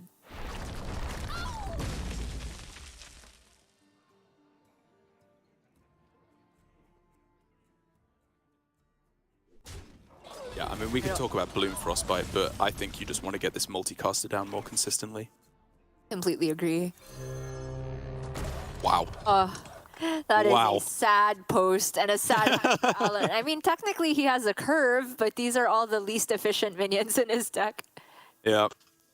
So trade in the 3-3 and then either Frostbite or Portal would get you a clean kill, obviously with it gaining the buff burst, but you still having spell damage in order to take care of that. Alternatively, though, there is the line of just multicaster for 2 draws and ignore this thing for the moment. I like it, because these minions are still gonna be here the next turn. Well, maybe not the 3-2, it could get pinged, but you still have a 3-4 that you've summoned and the 3-3, and quite a lot of burn spells. There is an argument to be made for losing the spell damage being annoying. So I guess Chonsu is just paying utmost respect here. Yeah, I think this is perfectly reasonable. He has a very easy way to actually get the full 3 draws next turn as well, by going Windchill / Frostbite and then the multicaster as well. And this just works out, so gorgeously. It's just one of those games where everything is coming together. The mana expenditure is perfect. The rolls you're getting off Serpent Shrine are perfect. So far ahead on board, so far ahead on card advantage. There is just nothing that Alan can do to pull this one back. Nope, just gonna remove the Dreaming Drake and play down a couple 1-drops, but we can see there's even second Landslide for Chonsu to add insult to injury here. He obviously doesn't really need it, but it's nice. Yeah, obviously doesn't care about duplicating the Trogs at all, because a Bloom, a Bolt, whatever Overload card he cares to play will activate the Landslide, and then he can go Landslide, Wild Paw, Fleet Breaker. That sounds like a pretty good use of your mana that will win this game of Hearthstone. Just like every other play this turn. But yeah, I do like Wild Paw and Sleet Breaker. It just gets yourself 12 total attack on board, and you're going face for 6 this turn. That's just a clean lethal setup. Is indeed.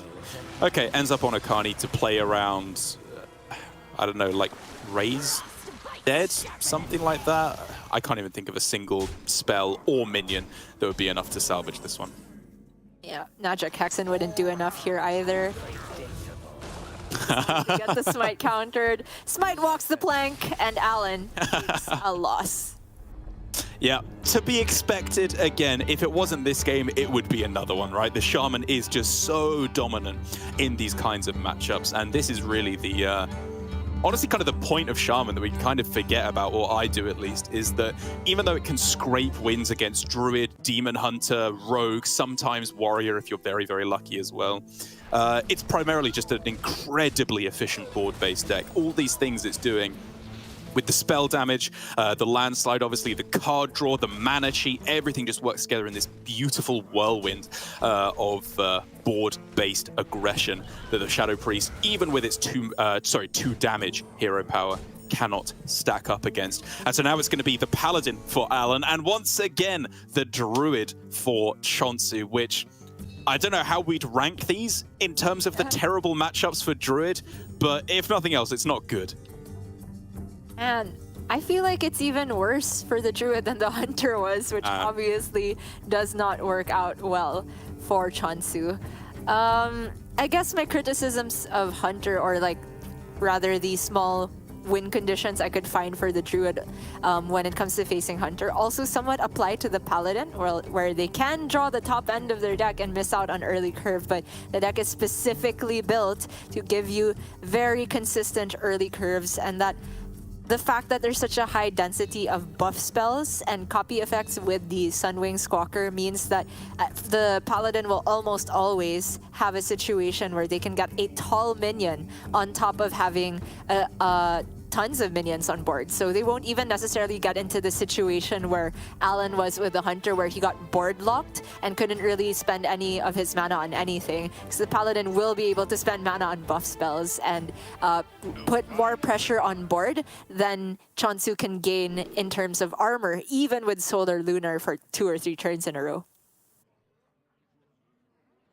I'm still thinking the most important thing, especially when on the coin is, especially when on the play, is to hit that 1-drop. So I was actually expecting a full mull from Alan, but I guess Sneaky Delinquent is just such a gorgeous play against Druid because there's literally no way that it can interact with it without it, or to stop it from going face in those early turns. But he holds on to one of them and is rewarded with a nice 1-2-3 curve. And there's also this little mini game going on of Alan emoting every single Druid he faces, but no other matchup. He's greeted without fail every time a Druid is on the other side, but doesn't want anything to do with other minions. All right, Chonsu, honestly, many different ways to approach this early game. I agree that the studies didn't look particularly helpful on turn 1 because kind of wants to just play coin on the next turn anyway, which would eat up the studies. So instead he coins this turn to remove the shield and set up for a clear even if a Hand of Adal comes down. Unfortunately, it's Noble Mount, so takes another hero power to shave the shield off.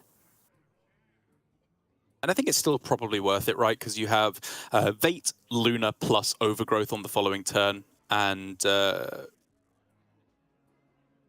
I don't know, it's close, because you could argue that spending this nature studies this turn allows you to hold off on the Innovate for a turn and go for the Overgrowth next turn cleanly, which he does end up going for.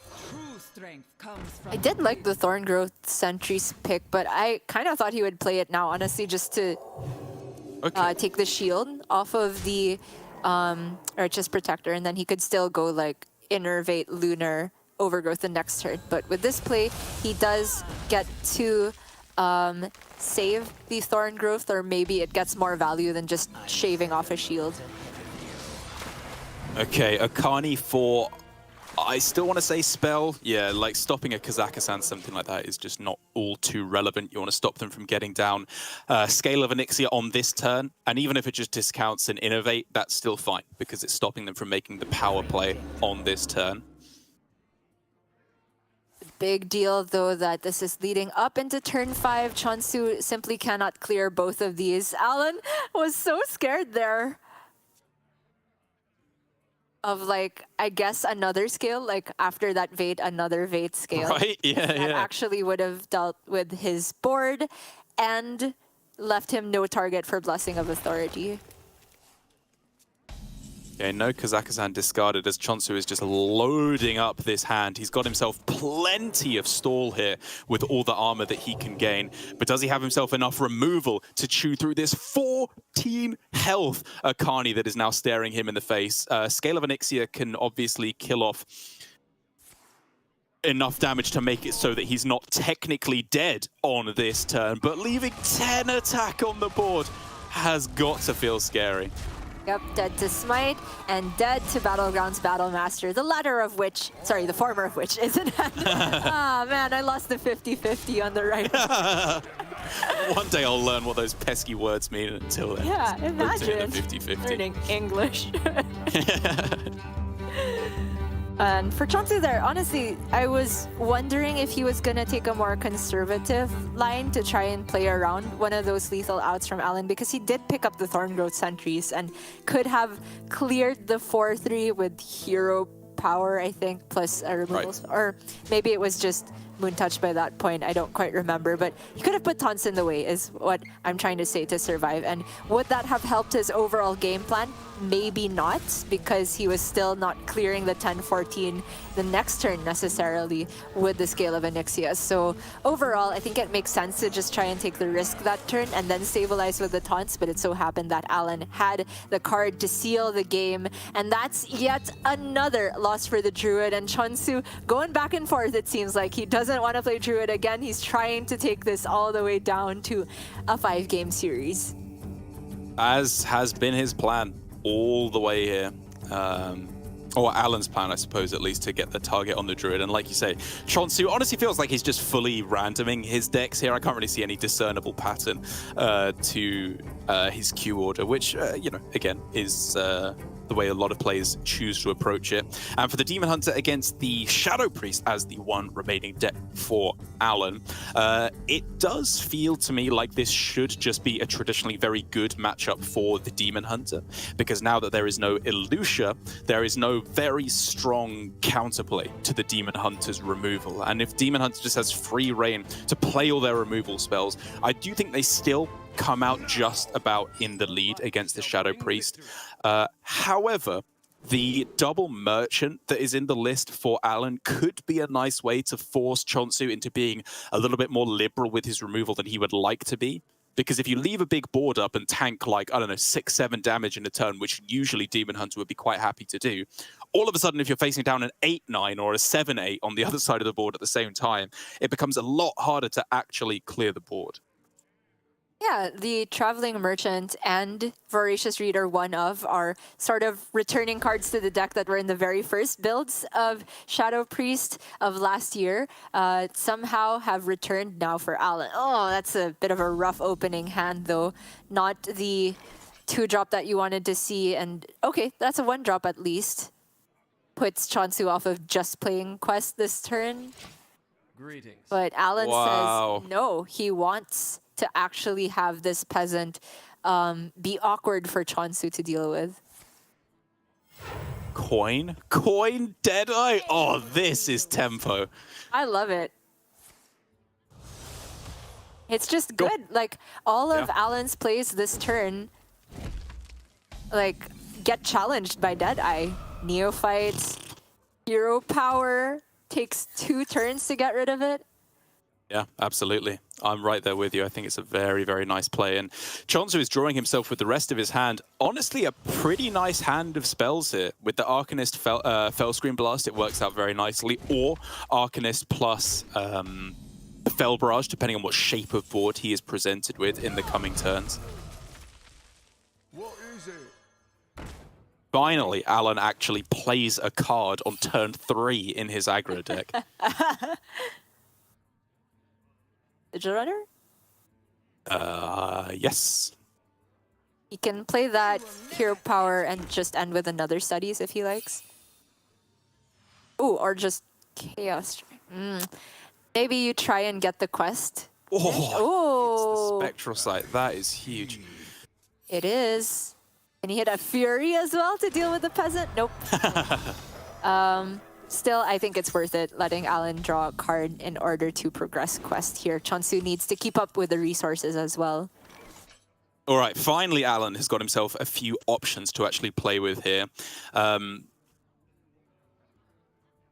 And so I'm wondering how we maximize this turn, because, you know, you're always leaving your board dead to Arcanist plus Immolation or Arcanist Fell Barrage, whatever. If they have the powerhouse clears, your board is probably dying anyway. But you can just get yourself still a pretty survivable board if you go like Trog, Horror, buff up the 2-1 plus the Peasant plus the Trog. It allows you to take a value trade, I suppose, and then just throw down the Freshman as well. Yeah, I like that.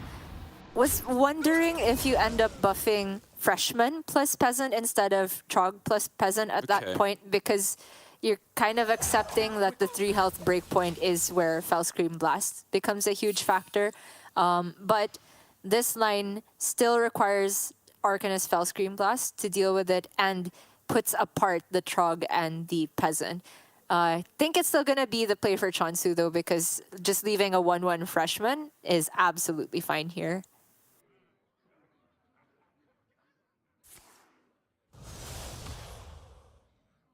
Right, looks like he's just gearing up for the almost complete board clear with the Talented Arcanist healing up. Well, kind of overkilling on the heal, actually, but I think he knows that against Shadow Priest, that's just not really your concern. It's much more important to get the consistent board clear, which he does give himself access to here. And honestly, leaving a 1-3 on board is actually still just kind of annoying for the Shadow Priest. Yeah. Who now is looking to probably just get back a couple of the cards that he's lost so far. I think so. Wriggling Horror would be pretty nice to go alongside the Mukla this turn. Peasant and Trog, not so much at this point in the game, but I feel like I'd rather take the Raise Dead now than have the Mukla in the Raise Dead pool later.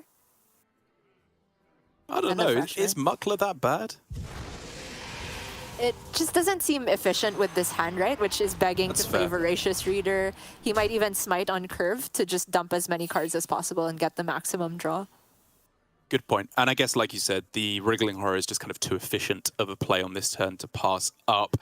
Now, of course, the options start spiraling open for Chonsu, as there is the option for Immolation Aura, but I'm kind of looking at if there's anything else with like Bell Barrage, maybe with a banana to buff up the Talented Arcanist itself, but I can't quite see anything that clean.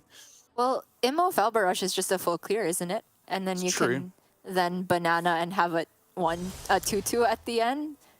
Yeah, I don't know. It's just a little expensive, like using two powerful combo pieces where I'm trying to find a way that you just end up using one of them instead. Wow, okay.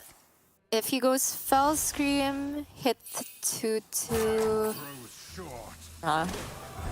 Oh yeah, he could have gone like Fell Scream, 1/3 into 2/2, your Chaos Strike into the Mukla, and then Fell Barrage would clear. But there's a different line now with the pickup of the Fury. Very nicely spotted. That is 2 Fell Scream Blasts used, so in terms of big healing potential for Chonsu, it comes in the form of Eldrazi Warblades only now. But that's not a huge concern as long as he's ahead on board, which is absolutely the case. Yeah, quite definitively. As now it looked like Alan was just reaching for straight up Mr. Smite on this turn, which sure, you know, it pushes damage and a 5 attack minion is, oh sorry, a 5 health minion is kind of awkward for the Demon Hunter to deal with, but steadies himself and instead just dumps out the hand, trying to set up for that reader, as you were talking about. Okay, so you weren't a fan of the performer's play against Druid, but surely against Shadow Priest. Yeah. No, absolutely. I mean, I think you could, you can much more easily win this matchup by just sticking any amount of stats whatsoever. My problem was that against Druid, they can build up these big combos and refill the board in a heavy way. Shadow Priest can't do that. It's a very honest face-up deck. What you see is what you get. And right now, what Alan gets is Game 5. I agree. Oh, you can spend all this mana this turn, though. Damn. And Reader for very likely 3 full draws next turn. Even Jace is such a juicy pickup. Okay, so Arcanist Fel Barrage gives you a full clear, obviously very easily, plus a 1/1. And then is it just banana time and start killing? Yeah, absolutely. It's a renowned performer now.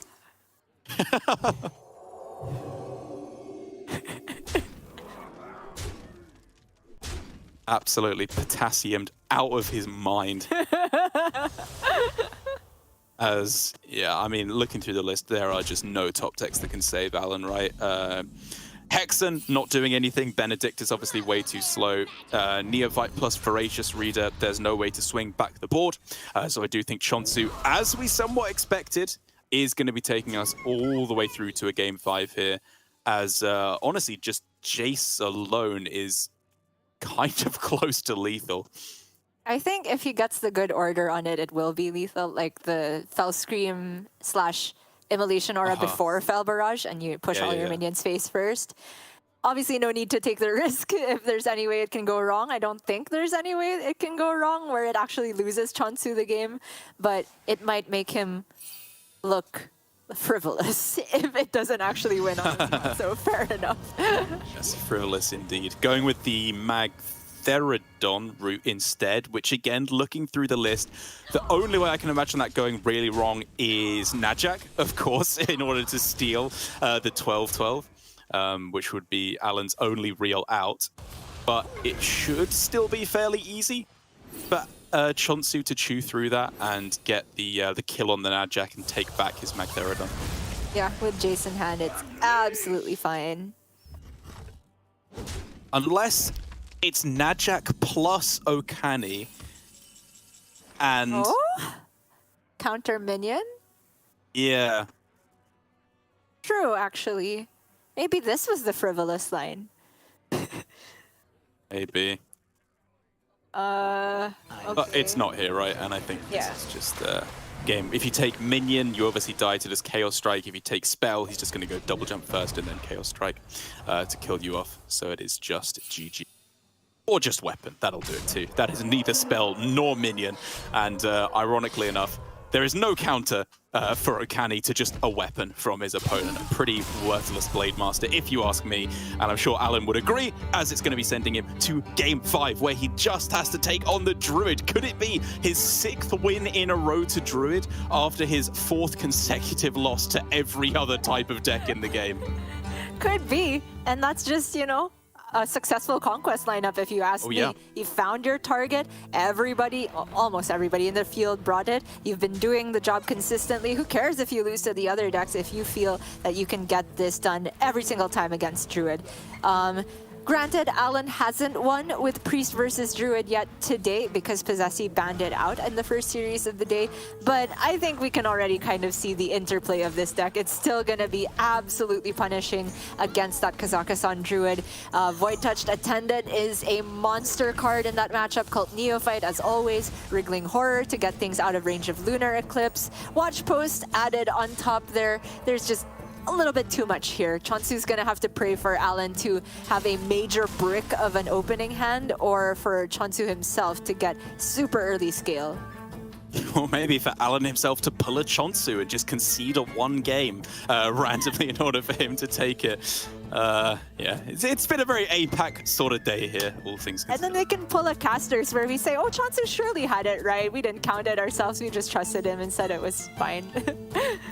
That's what we get for trusting our players. We should have learned at this point, Gia, but we never will. We'll still have blind, ignorant trust of our players to make the right play, no matter what.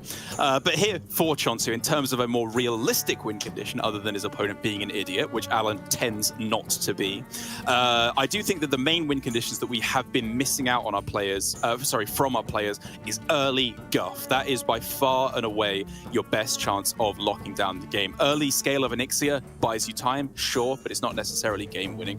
Early wild growth can be good, but it doesn't give you the consistent ramp plus armor gain that Guff can afford you. So I know that Chonsu knows this, but I think just going for a more all-out approach of just finding Guff for turn 3 or 4 is a way that he could try and just cheese out the game before the real powerhouse plays come down from Alan.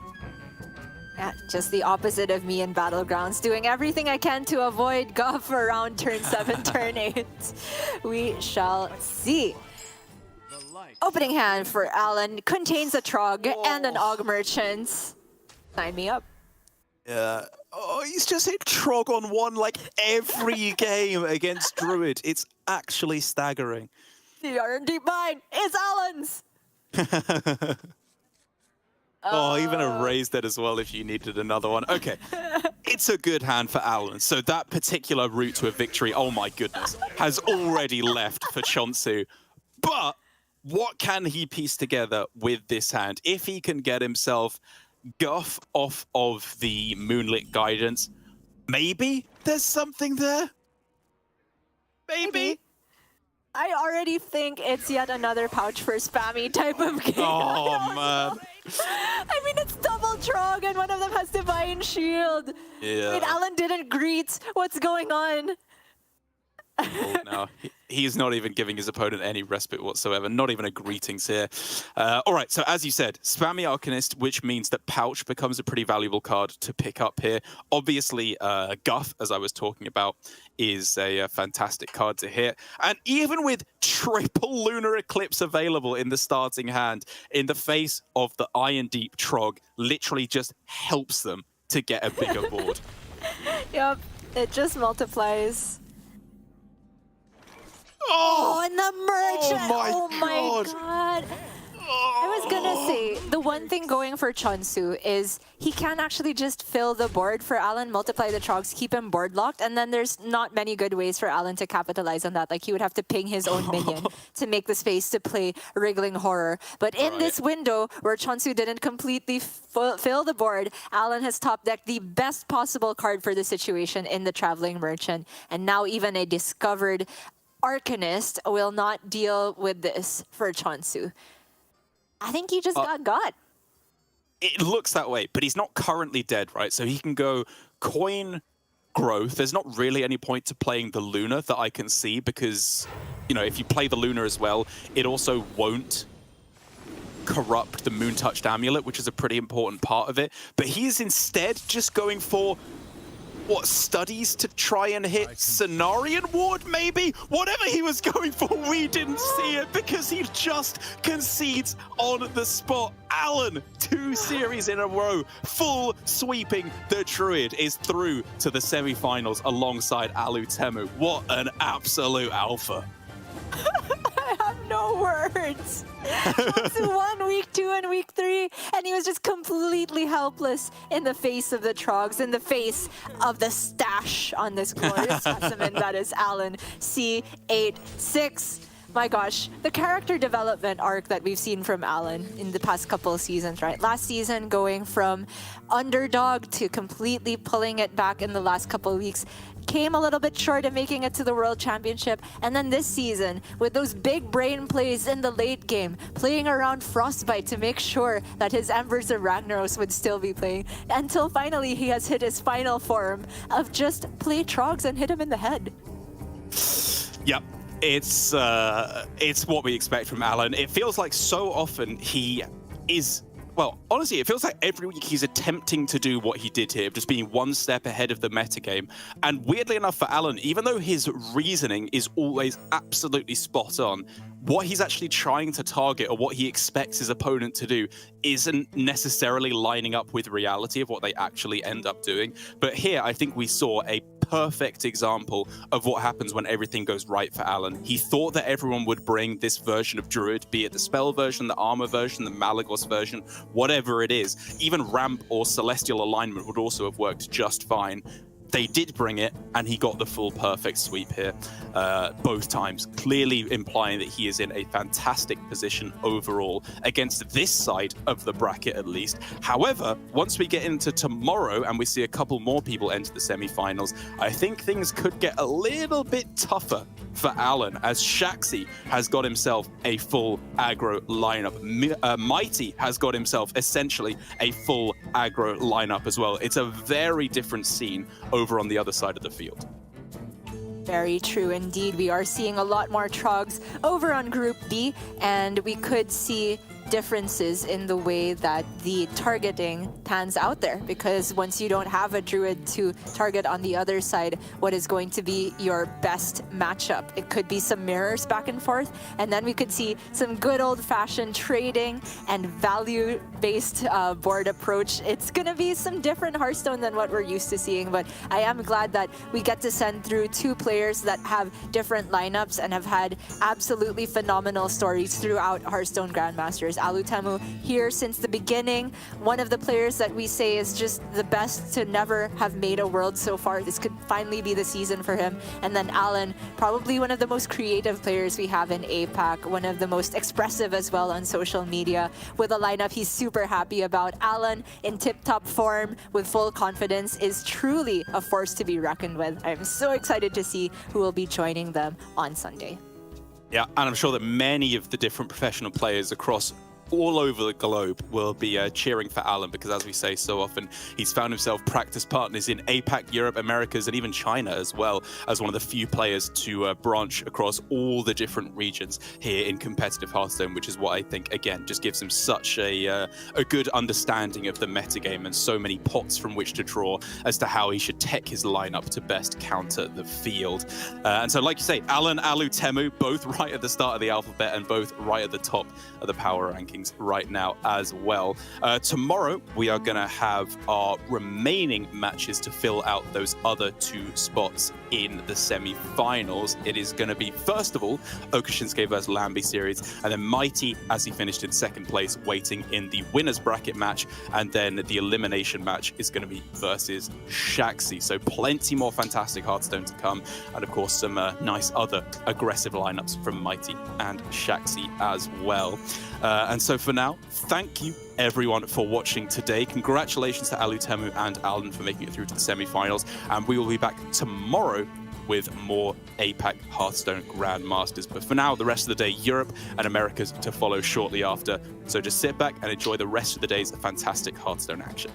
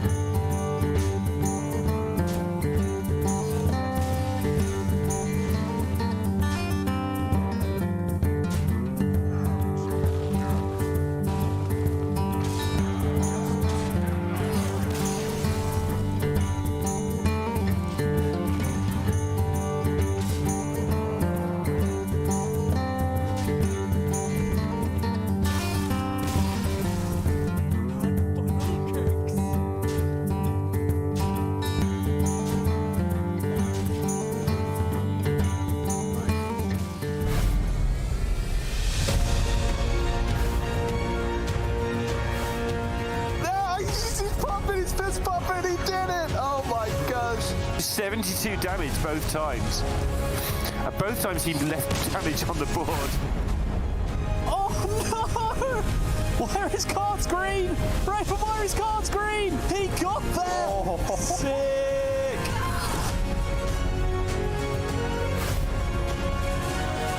It's so powerful, all these rushes. I can't even believe the value he's got. Lambi with a pop-off. Well deserved.